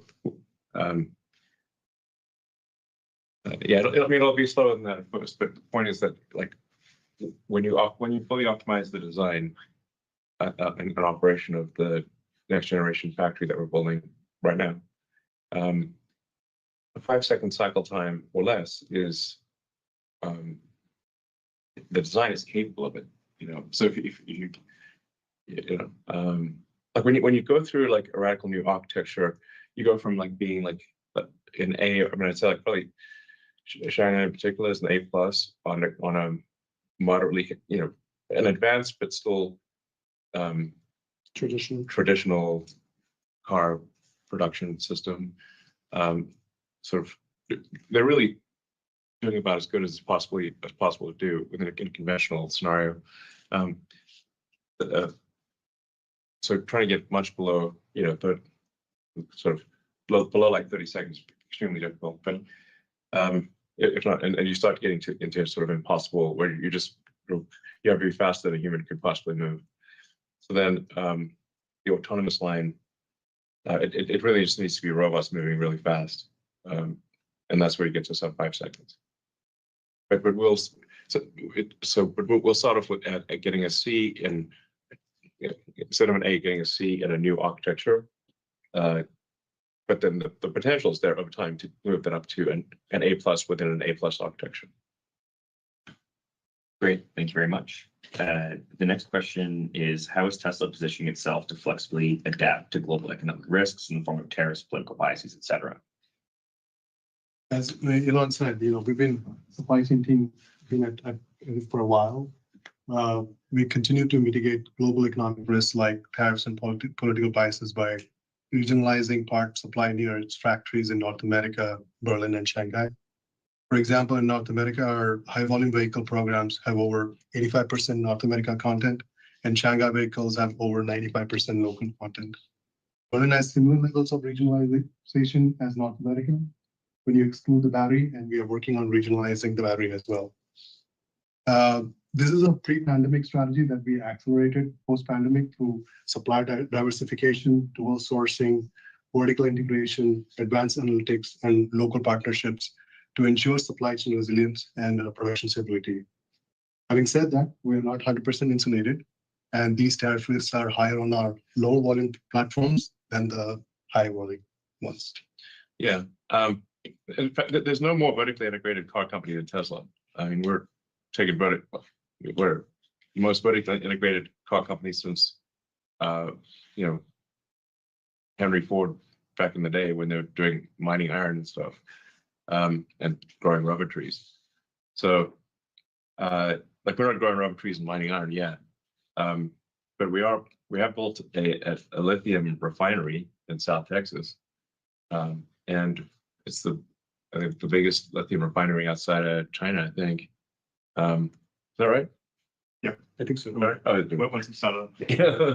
But its output potential would be the biggest lithium refinery outside. Yeah, and we've got space to expand it if we need to build more. Right. So, and then we've got the cathode refinery in Austin next to the Gigafactory. We're going to figure out what to do about the anode. That's an ongoing subject of discussion. The best of all possible worlds would be figuring out how to have no anode. Best anode, best part being no part. That's the dream of the lithium batteries, to be anode, not have an anode. But either way, we've got to have the anode, the cathode, and the lithium, and the electrolytes, and the separator to make a cell. But there's no other car company that is building lithium refineries and cathode refineries. We're ridiculously vertically integrated, and thus our best position to protect against supply chain disruptions. Yeah. Lonnie, do you want to talk about progress in the front? Yeah, certainly for our in-house cells, we've multi-sourced every component. We have every part coming from at least 2 different countries of origin, which is we started the supply chain team and the engineering team worked together on this for the last couple of years to put that together. It's not something we did in a couple of months. This is years of work. So we're in a good position to take advantage of that, and the insourcing of lithium and cathode, they're the 2 most critical parts of the battery. That's right in our backyard, and we're totally insulated from. Well, it needs to be in operation. It needs to be in operation. That's the running lane. We also make our own cells, by the way. So right. Cell production. If you look, there's you make the anode, the cathode, the lithium, the electrolyte separator, the can, and then you got to put all that together in the cell factory. And there are entire companies that all they do is produce cells, but they don't do the other stuff. They don't refine lithium or the cathode or so our cell production is going quite well, and I think we're currently sort of the lowest cost per kilowatt hour. Yeah, in the US for all the cells we purchase in North America. Yeah, so it's lowest cost to us. Yeah, so we have the lowest cost per kilowatt hour, all things considered. So the Tesla cell is the most competitive cell. For a kilowatt hour put into a car, if it's a Tesla cell, it's lower cost than if it's a supplier cell. Yeah, and the plan this year is to really build off that base. Getting to lowest cost is it's the hardest challenge for cell manufacturing. It's relatively easy to build a flashy product that does one thing well. To build something at high volume and low cost is super difficult, and we're kind of using that as a base to then build off and add performance in different areas for new products coming out. Yeah.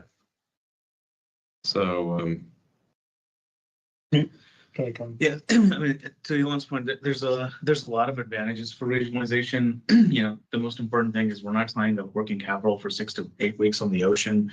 If there's a design change, then everything that's in transit basically has to be scrapped. Secondly, port disruptions, as we saw during COVID, can be very expensive because slight disconnects can shut down production. So then your only option is costly air expedite. It also gives us resilience in supply chain. If one region is down, we can bridge with others. It's more work to set up in the beginning, but it's critical to have when the need arises. Having said that, it's unrealistic to assume 100% regionalization across the board for specialized areas such as semiconductors. In such cases, our team works very closely with our partners to ensure we have strategic banks in place and a disruption doesn't impact production while we stand up the regional manufacturing for that particular commodity. And, I'll say like on the rest of the vehicle, like Elon was talking about with cells, we're also heavily vertically integrated. We import ingots, in terms of castings, we recycle those and melt some. There's the same thing with plastics, but it doesn't mean we're not exposed. We do have some areas where we use rare earth magnets, and we've been working for years to find alternative sources and bring those up, as well as we have our induction machines. And as we've mentioned in the past, we're working on ferrite motors for some time. So like, as Karn said, with our heavy regionalization percentages, we're definitely like the lowest, exposed to this, but we're not completely immune, as Bob mentioned in his opening remarks. Great. Similarly related, on the battery side, does Tesla still have a battery supply constraint, as noted on the Q4 call, and does that change with tariffs? So this is Karn.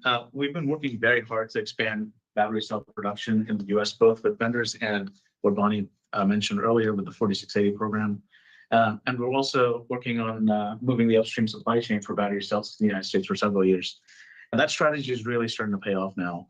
As it stands right now, we're not constrained on battery cell supply for vehicles. The recent tariffs do pose some challenges to Tesla Energy, like our CFO mentioned earlier, but it's something we've been anticipating and we should be able to resolve in a timely fashion. We actually have a plan in place and we're executing towards it.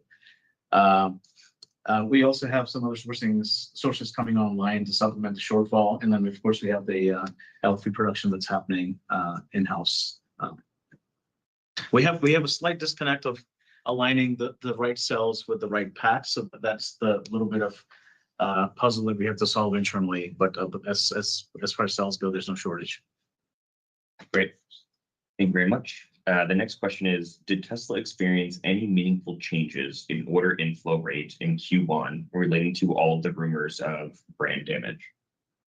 So in Q1, as mentioned earlier, we took the best-selling car of the last 2 years and ramped up all 4 of our global factories. And in less than 8 weeks, we've already gone to the rate of our previous Model Ys in the factories. So just kudos again to the team for the great job there. And despite the economic strain and negative articles that in California in Q1, Tesla remained the best-selling car, not just EV. And additionally, we had a record number of test drives globally in Q1 as well. So interest remains high. And so right now we continue to see, good interest still in the vehicle. Yeah, I mean, Tesla's not immune to sort of the macro demand for cars. Yes. So when there is economic uncertainty, people generally want to pause on buying, doing a major capital purchase like a car. But as far as absent macro issues, we don't see any reduction in demand. Correct. And that's where we continue to focus on affordability, and it's a fundamental focus there. Yeah. Fantastic. Thank you, guys.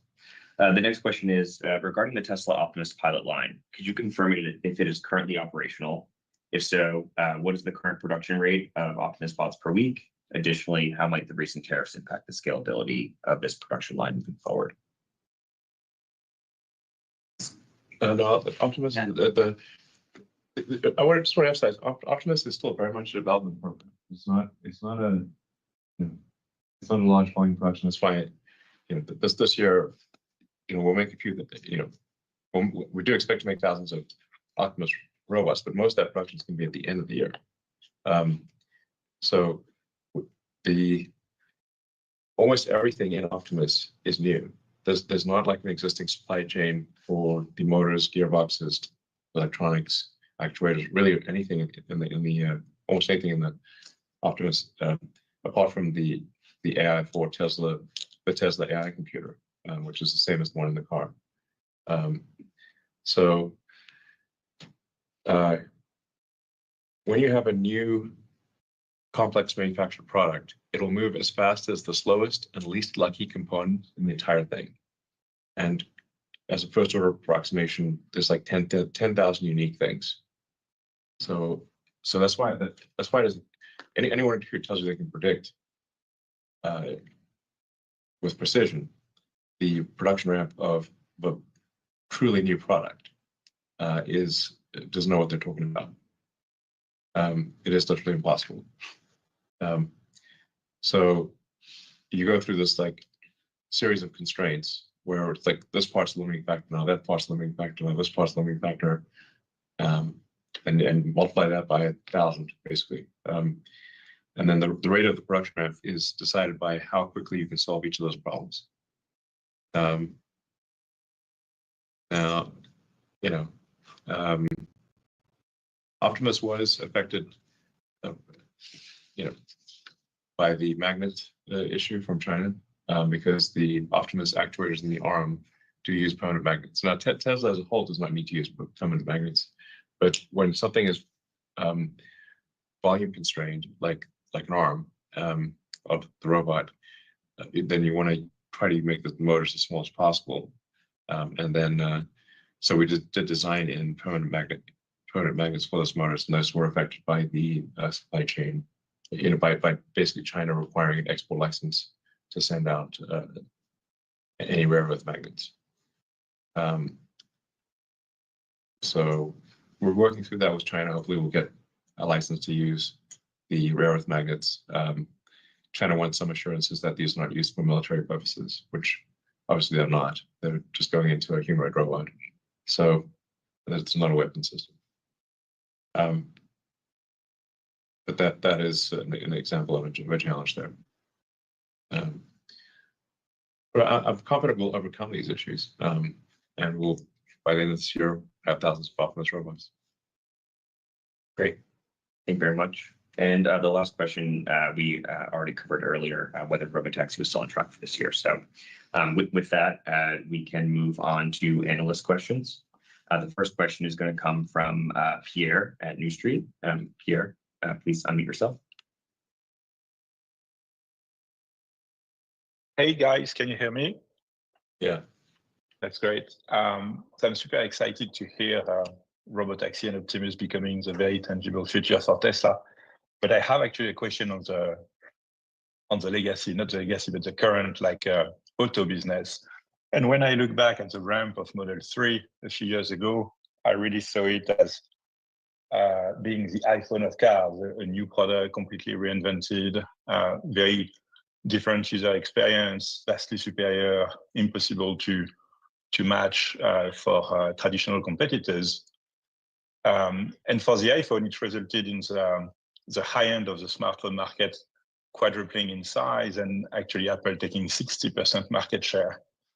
And so when you look at the Model 3 and the Model Y today, I think they are still really vastly superior to any other cars. And I wonder why they've taken about 15% of their addressable market and not more, actually. So another way to put it is, why are there so many people still buying BMWs and Mercedes, knowing that the Model 3 and the Model Ys are out there and available? And I wonder if you're trying to solve that riddle internally, if you understand why, what are these auto buyers who are not buying a Model 3 or a Model Y missing? And if you have ideas of things you could do to address that, maybe there is enormous value left on the table there. Yeah, that's what I'm wondering these days. Yeah, the reality is that in the future, most people are not going to buy cars.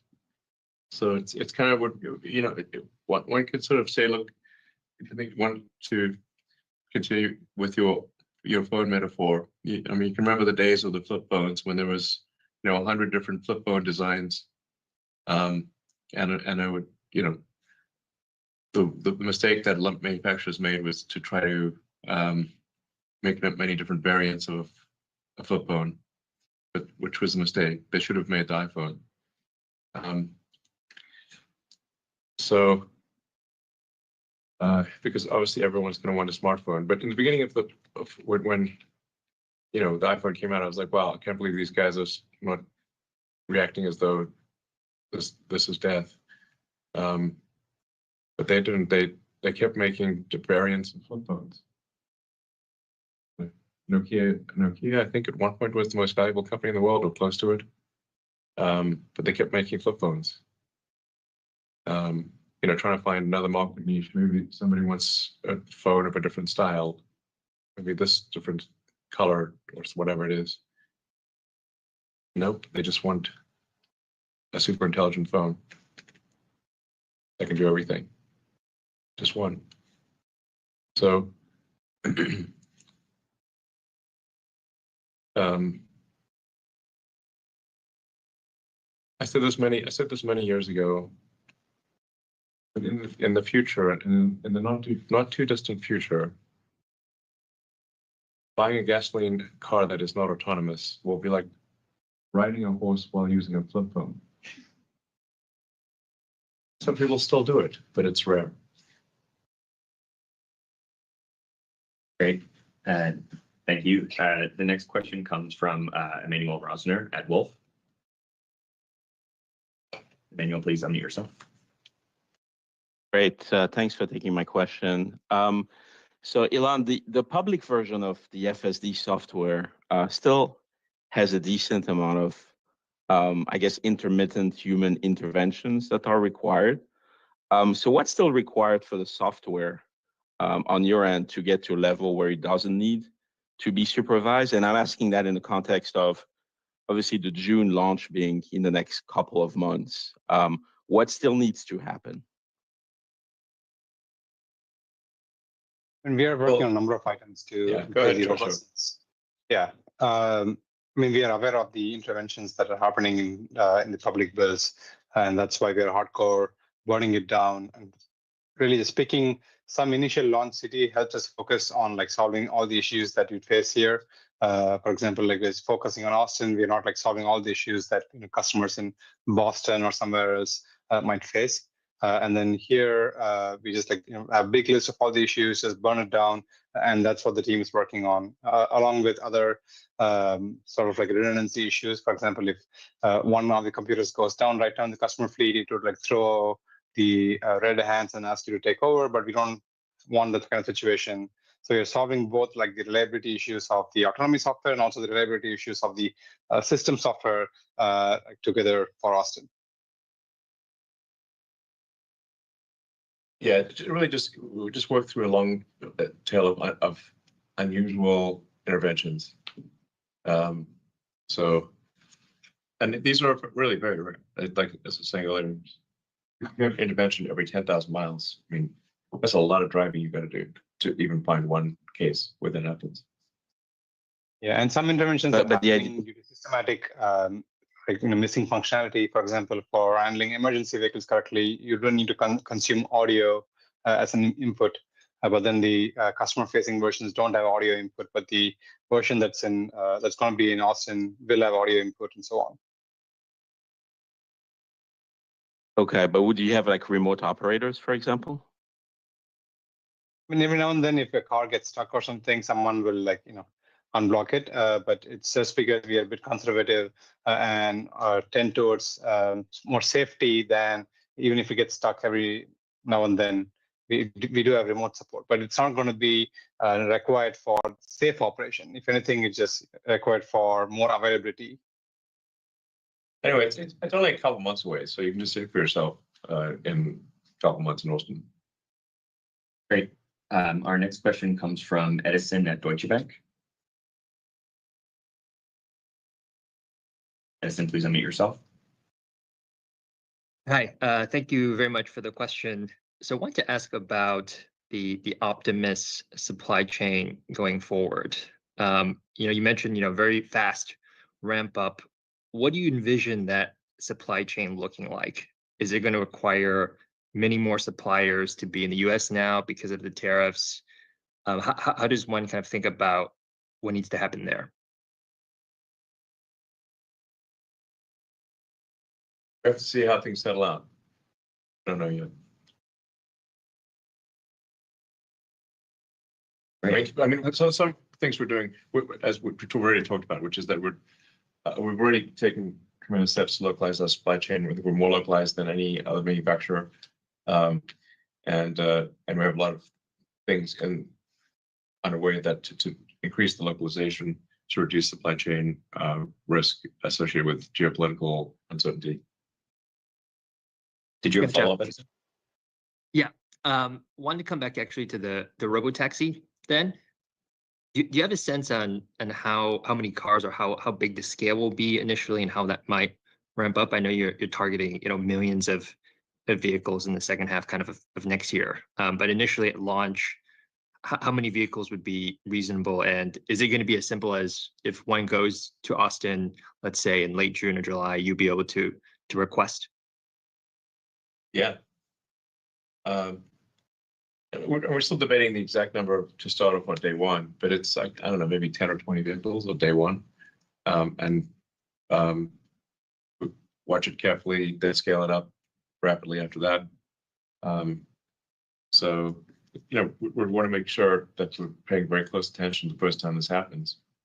But yeah, you'll be able to, end of June or July, just go to Austin and order a Tesla autonomous drive. Great. The next question comes from George at Canaccord. Hi, thank you for taking my question. It has to do with FSD pricing. Could we envision when you launch unsupervised FSD that there could be sort of a multi-tiered pricing approach to unsupervised versus supervised, similar to what you did with autopilot versus FSD in the past? Thank you. I mean, this is something which we've been thinking about. I mean, just so you know, for people who have been trying FSD and who've been using FSD, they think even the current pricing is too cheap because for $99, you're basically getting a personal show. Yeah, I mean, we do need to give people more time to if they want to look at, like a key breakpoint is, can you read your text messages or not? Yes. Can you write a text message or not? Because obviously people are doing this, by the way, with unautonomous cars all the time. And if you just go for a drive down the highway and you'll see people texting while driving, doing 80 miles an hour. And putting the makeup on at the same time. Yeah, putting on makeup, doing their hair with the mirror down, and texting and driving at 80 miles an hour. This is a common occurrence. So people eating lunch, you name it, shaving, So anyway, but right now the car is very insistent that you pay attention to the road, which reduces the value somewhat because it's very rigorous about you paying attention to the road, and we'll gradually lighten up on that with every few weeks or every month we'll relax that a little bit, make it so you can be more and more able to do things you want to do and not have the car demand your rigid attention. So that value, it'll really be profound when you can basically do whatever you want, including sleep, and then that $99 is going to seem like the best $99 you've ever spent in your life. Great. And George, do you have a follow-up? My follow-up is about geographic expansion. Just maybe discuss additional markets. There's been some news around India recently that you could launch this year and next. Thank you. So yeah, I mean, we've been working on getting into India. India is a very hot market, and especially the current, and I don't want to talk just about tariffs, but the current tariff structure with India is that any car which we send in is subject to 70% tariff, also like a 30%, luxury tax on it. So, the same car which we're sending is like 100% more expensive than what it is. So that creates a lot of, anxiety. It's like, people feel, okay, they're paying too much for the car. And by the way, we're not getting the money. The local government is getting the money. And that's why we've been very careful trying to figure out when is the right time. Like I said, we are working on it. It would be a great market to enter because India has a big middle class, which we would want to tap in, and that is the market which we want to be in. But again, these kind of things create a little bit of tension, which we're trying to work around. Great, thank you so much. The next question comes from Adam Jonas at Morgan Stanley.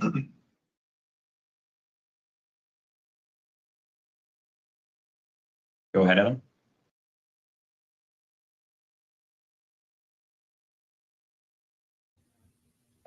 We can't hear you, Adam, so maybe we'll put you back in the queue and we'll move to Colin Langan from Wells Fargo while Adam figures out his audio.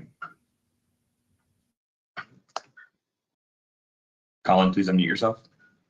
Oh, great. Do you hear me? Yes. Oh, great. You're still sticking with the vision-only approach. A lot of autonomous people still have a lot of concerns about, sun glare, fog, and dust. Any color on how you anticipate on getting around those issues? Because my understanding, it kind of blinds the camera when you get glare and stuff. Actually, it does not blind the camera. We use an approach which is direct photon count. So when you see a processed image, so the image that goes from the sort of photon counter, so the silicon photon counter, that goes through a digital signal processor or image signal processor. That's normally what happens, and then then the image that you see looks all washed out because if you point the camera at the sun, the post-processing of the photon counting washes things out. It actually adds noise. So quite a big breakthrough that we made some time ago was to go with direct photon counting and bypass the image signal processor. And then you can drive pretty much straight at the sun, and you can also see in what appears to be the blackest of night.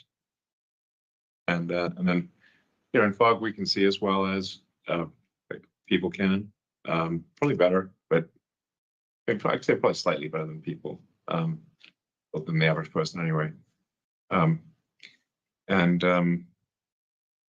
Yeah. So the camera is able to see when there's direct glare on it. I'm not surprised by that. Okay. Yeah. Okay. And then just there were obviously media reports the other day that the affordable model was delayed. Doesn't sound like that's correct. Those reports also talked about it being more of a cheaper version of the Model Y. Any color on what we should expect? Is it a cheaper version of the Model Y, or is it actually going to be a design change with it?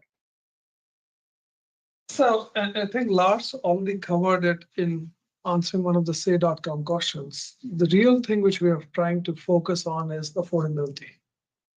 And using our existing lines, and there's always limitations when you're using existing lines as to how many different form factors can you bring to.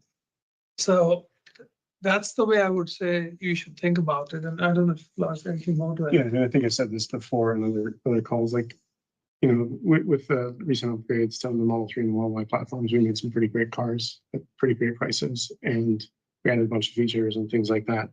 I think it's easy to consider that, moving forward, Tesla doesn't make bad cars, and we always make, our intent is not to make a car that is any worse than any car we've ever produced in the past. And so, the models that come out in the next months will be built on our lines and will resemble in form and shape the cars we currently make. And but the key is that they'll be affordable and you'll be able to buy one. Great.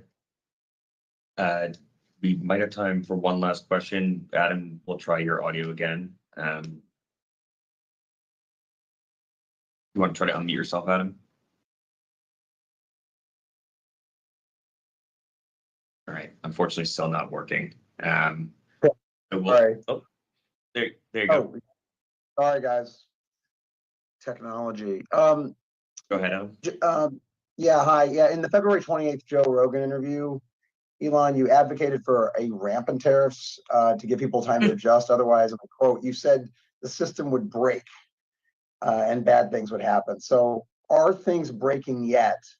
And if the tariffs as announced remain in place, when would things start breaking?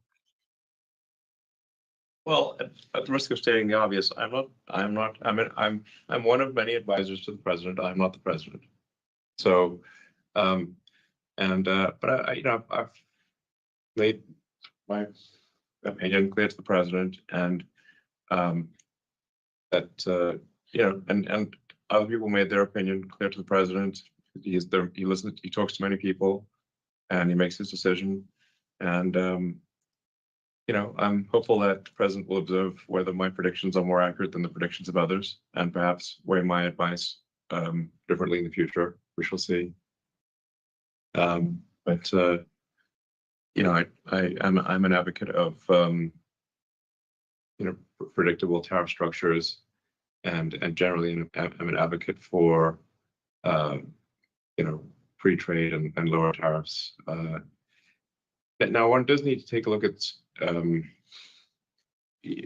where if some country is doing something predatory with tariffs, or is providing extreme support for, if a government is providing extreme financial support for a particular industry, then you have to do something to counteract that. But I think that's on a case-by-case basis strategically. The president is the elected representative of the people, and is fully within his rights to do what he would like to do. So, okay, Elon, I respect that. Just as a follow-up, and thanks again. Between China and the United States, who, in your opinion, is further ahead on the development of physical AI, specifically on humanoids, and also drones? I'd be interested. And is it even close? And kind of how? Serious. And, well, I think you know the answer on drones. Yeah.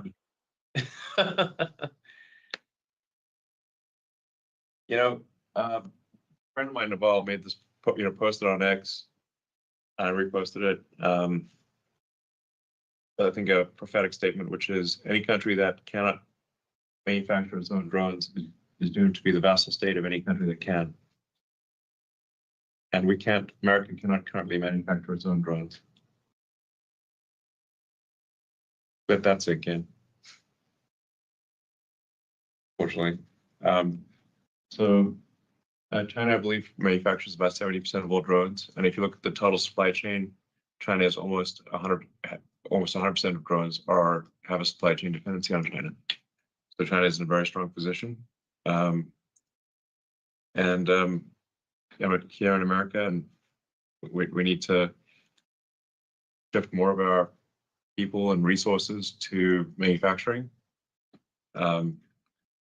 because this is I have a lot of respect for China, because I think China is amazing, actually. But the United States does not have such a severe dependency on China for drones, and be unable to make them unless China gives us the parts, which is currently the situation. With respect to humanoid robots, I don't think there's any company in any country that can match Tesla. Tesla and SpaceX are number one.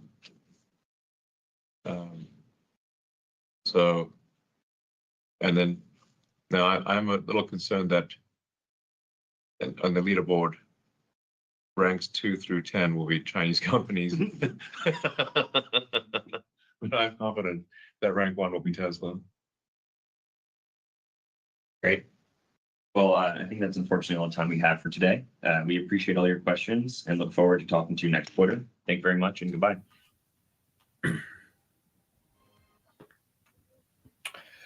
Okay, that took a bit to get through. I think Neil and I will be on for maybe 5 minutes. We probably need to study everything we heard, and I'm sure Neil will have videos on his channel. I'll have videos on my channel discussing everything. But Neil, just raw thoughts and takeaways from that call. Was it a good call, bad call? What do you think?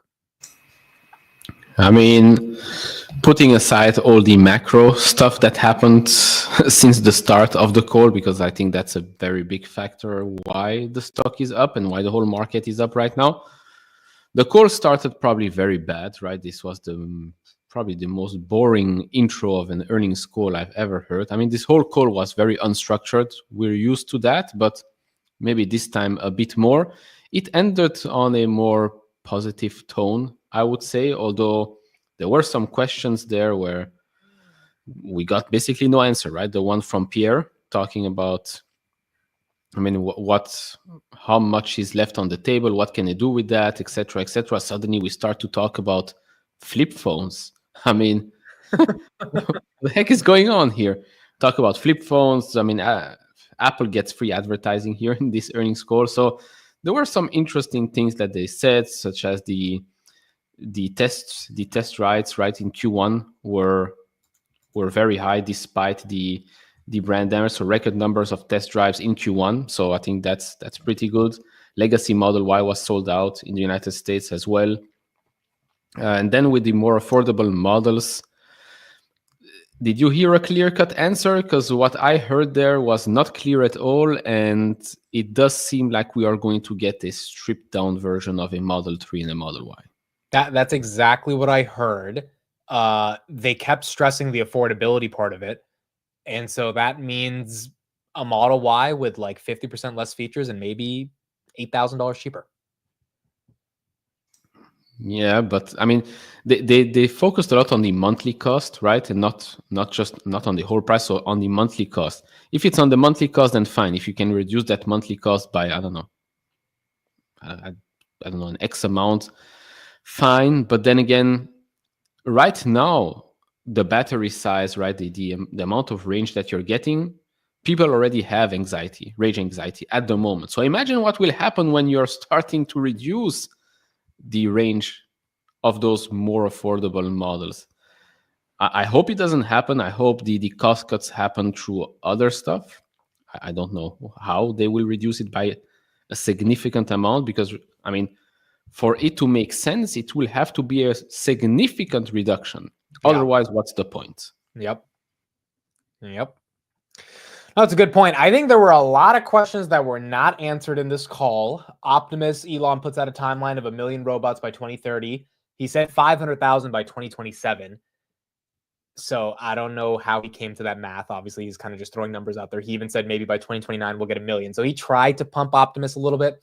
That didn't matter that much. FSD, again, is launching in June with Austin with the robotaxi. So that is going to be important, but that's going to be limited. He did say unsupervised FSD will be available to everyone in the United States by the end of the year, which, I mean, if they can bring that to everybody, that would be incredible. A bit skeptical if they can actually bring that, especially with all the regulations they have to deal with. But if that can come to everybody, then that would be a good thing. I think the biggest thing, which is probably why the stock is up outside of the fact that Trump said China tariffs are going to come down from 145% and that he's not firing Powell. So for everyone wondering why is the market pumping, is because of those two things that Trump said today after hours. The biggest thing is that he said he's leaving Doge in terms of its day-to-day commitments in about a month. Do you believe him there? And do you think the stock's rightfully pumping based on that news? Yeah, I mean, it's not that surprising. But I mean, he did say that he's still going to spend 1 or 2 days per week for as long as the president would like him to do so. So, I mean, he did commit for 6 months, right, from the start. So a month from now, I think that's over. So it makes sense. Again, okay, good to hear. But I still, even with the stock being up right now, I'm not going to change my opinion on what I said at the start of this stream, because it will not change much of what's going to happen with Tesla. So the stock might be up, great, but everything else is still going to be the same, in my opinion. So we'll see. I mean, what has changed? He's going to be 1 or 2 days at Doge and then the rest at Tesla. What is Elon being more at Tesla going to do with more affordable models, with, I don't know, a grand robo-taxi launch everywhere, Optimus, I don't know. Maybe he's going to spend more time at SpaceX as well, because he has some pretty big deadlines to meet with SpaceX in the next, 2 years or so. Pretty much. There's a moon mission coming up. There is quite a lot of things going on. So we'll see. I mean, I'm not complaining. I'm not complaining to see the stock green. I'm not complaining to see everything green, to be honest. So yeah. Yeah, I agree. I think, guys, this pump is really exciting. S&P's up almost 2% after hours. It's fun. I think tomorrow it has to hold. We've been in this situation at least 5 times in the past basically month where Trump says something or Besant says something or the White House says something. Markets are so desperate because we had a bull market for 2 years. Everyone thought this would be the 3rd year, and then that got ruined with the tariffs. And so the markets are desperate to get back to that bull market. But then the market kind of wakes up, just like they did after the S&P rallied 10% when Trump issued the 90-day pause. And they come to reality and they're like, wait a second, we still have a ton of tariffs. A lot of these countries hate us. We don't have any deals, yada, yada. And then markets start selling off. So I think that's exactly what's happening right now. Now, tomorrow, if we get any further updates by Besant or Trump and they kind of double down on the statements around China tariffs going away, auto tariffs coming down, et cetera, maybe that'll be good news that compounds and we can keep the pump. But I definitely think we got to wait a couple days to see if this pump is sustainable. After hours, futures are looking amazing. Just the question if the market believes it. In terms of Tesla, I think anyone who bought puts for $200, I mean, you went bearish with the crowd. And sometimes when you go with the crowd, the opposite tends to happen. And that doesn't mean Tesla has to stay above 250, but I don't know. Is it coming down 20% tomorrow? With these earnings, if it can't fall 20%, I don't know if it's going to easily get there. So from that perspective, I think we're going to have to wait and see what happens to Tesla in the broader market for the rest of the week. Yeah, I mean, it was definitely the best day for them to report these crappy figures. To be honest, out of all of the 365 days this year, today was the best day to do so. Tomorrow, like you said, 10 a.m., Scott Bessent's talking. So to be honest, thank God for him. I think he has been amazing at his job and the way he actually delivers the message. He probably saved us a couple of dollars in the last. Oh, well, let's just call it what it is. Trump folded. He just folded. We got nothing from China, and Trump today says the 145% tariffs are going to be walked back. Why? Probably because he had a meeting with Besant, or he looked at the bond market and he realized he doesn't have any more time. He can't keep holding up the leverage if there really is no leverage. China has been issuing statement after statement of just like, all right, if you want to keep fighting, we'll keep fighting. And he folds. Today, he has officially folded that 145. I don't even know why we did 145% tariffs if you were going to take it away a week later. So this is not really a strength of negotiation from the United States. This is just a thank God from all the investors in the United States and any investor across the world that has U.S. equities to say, all right, he came to his senses. But I don't know what we got out of any of this. And hopefully we figure out what we get in the future. And that's not being anti-Trump or anything. I'm just saying objectively, what did we get out of doing 145% tariffs in the past 2 weeks? Because I don't see what we got. I'm just happy that he's coming to his senses. And maybe Besant got him there. Besant did say at the JP Morgan event today, we're going to start de-escalating with China. 3 hours later, Trump tells the public we're going to de-escalate with China. So it is what it is. Markets are hopefully going to get back to normal if we can actually get a deal done. But this whole hoopla with tariffs, I'm still confused. What was the whole point of this? Yeah, and I mean, the whole game plan here to me did not make sense. You want to put tariffs, fine, but I think you could have done way more, let's say, damage if you stayed quiet for a while, right? Because when someone is quiet after he attacks, it's the worst for the opposition. It's the worst because he's not saying anything anymore and like figuring out what the heck is going on. Are they going to do another? Like the last couple of weeks, it's been every single day something. Every single day, a new statement, every single day, flip-flopping. I mean, the 145% didn't make any sense. Even the tariffs, the reciprocal tariffs from China didn't make any sense either because they are definitely hurting from all of this situation. 100%. Yeah. But they, with the structure of their economy and the government and everything that's going on there, they might not care that much. Someone wrote something about China can stay poor longer than you can stay solvent or something like that.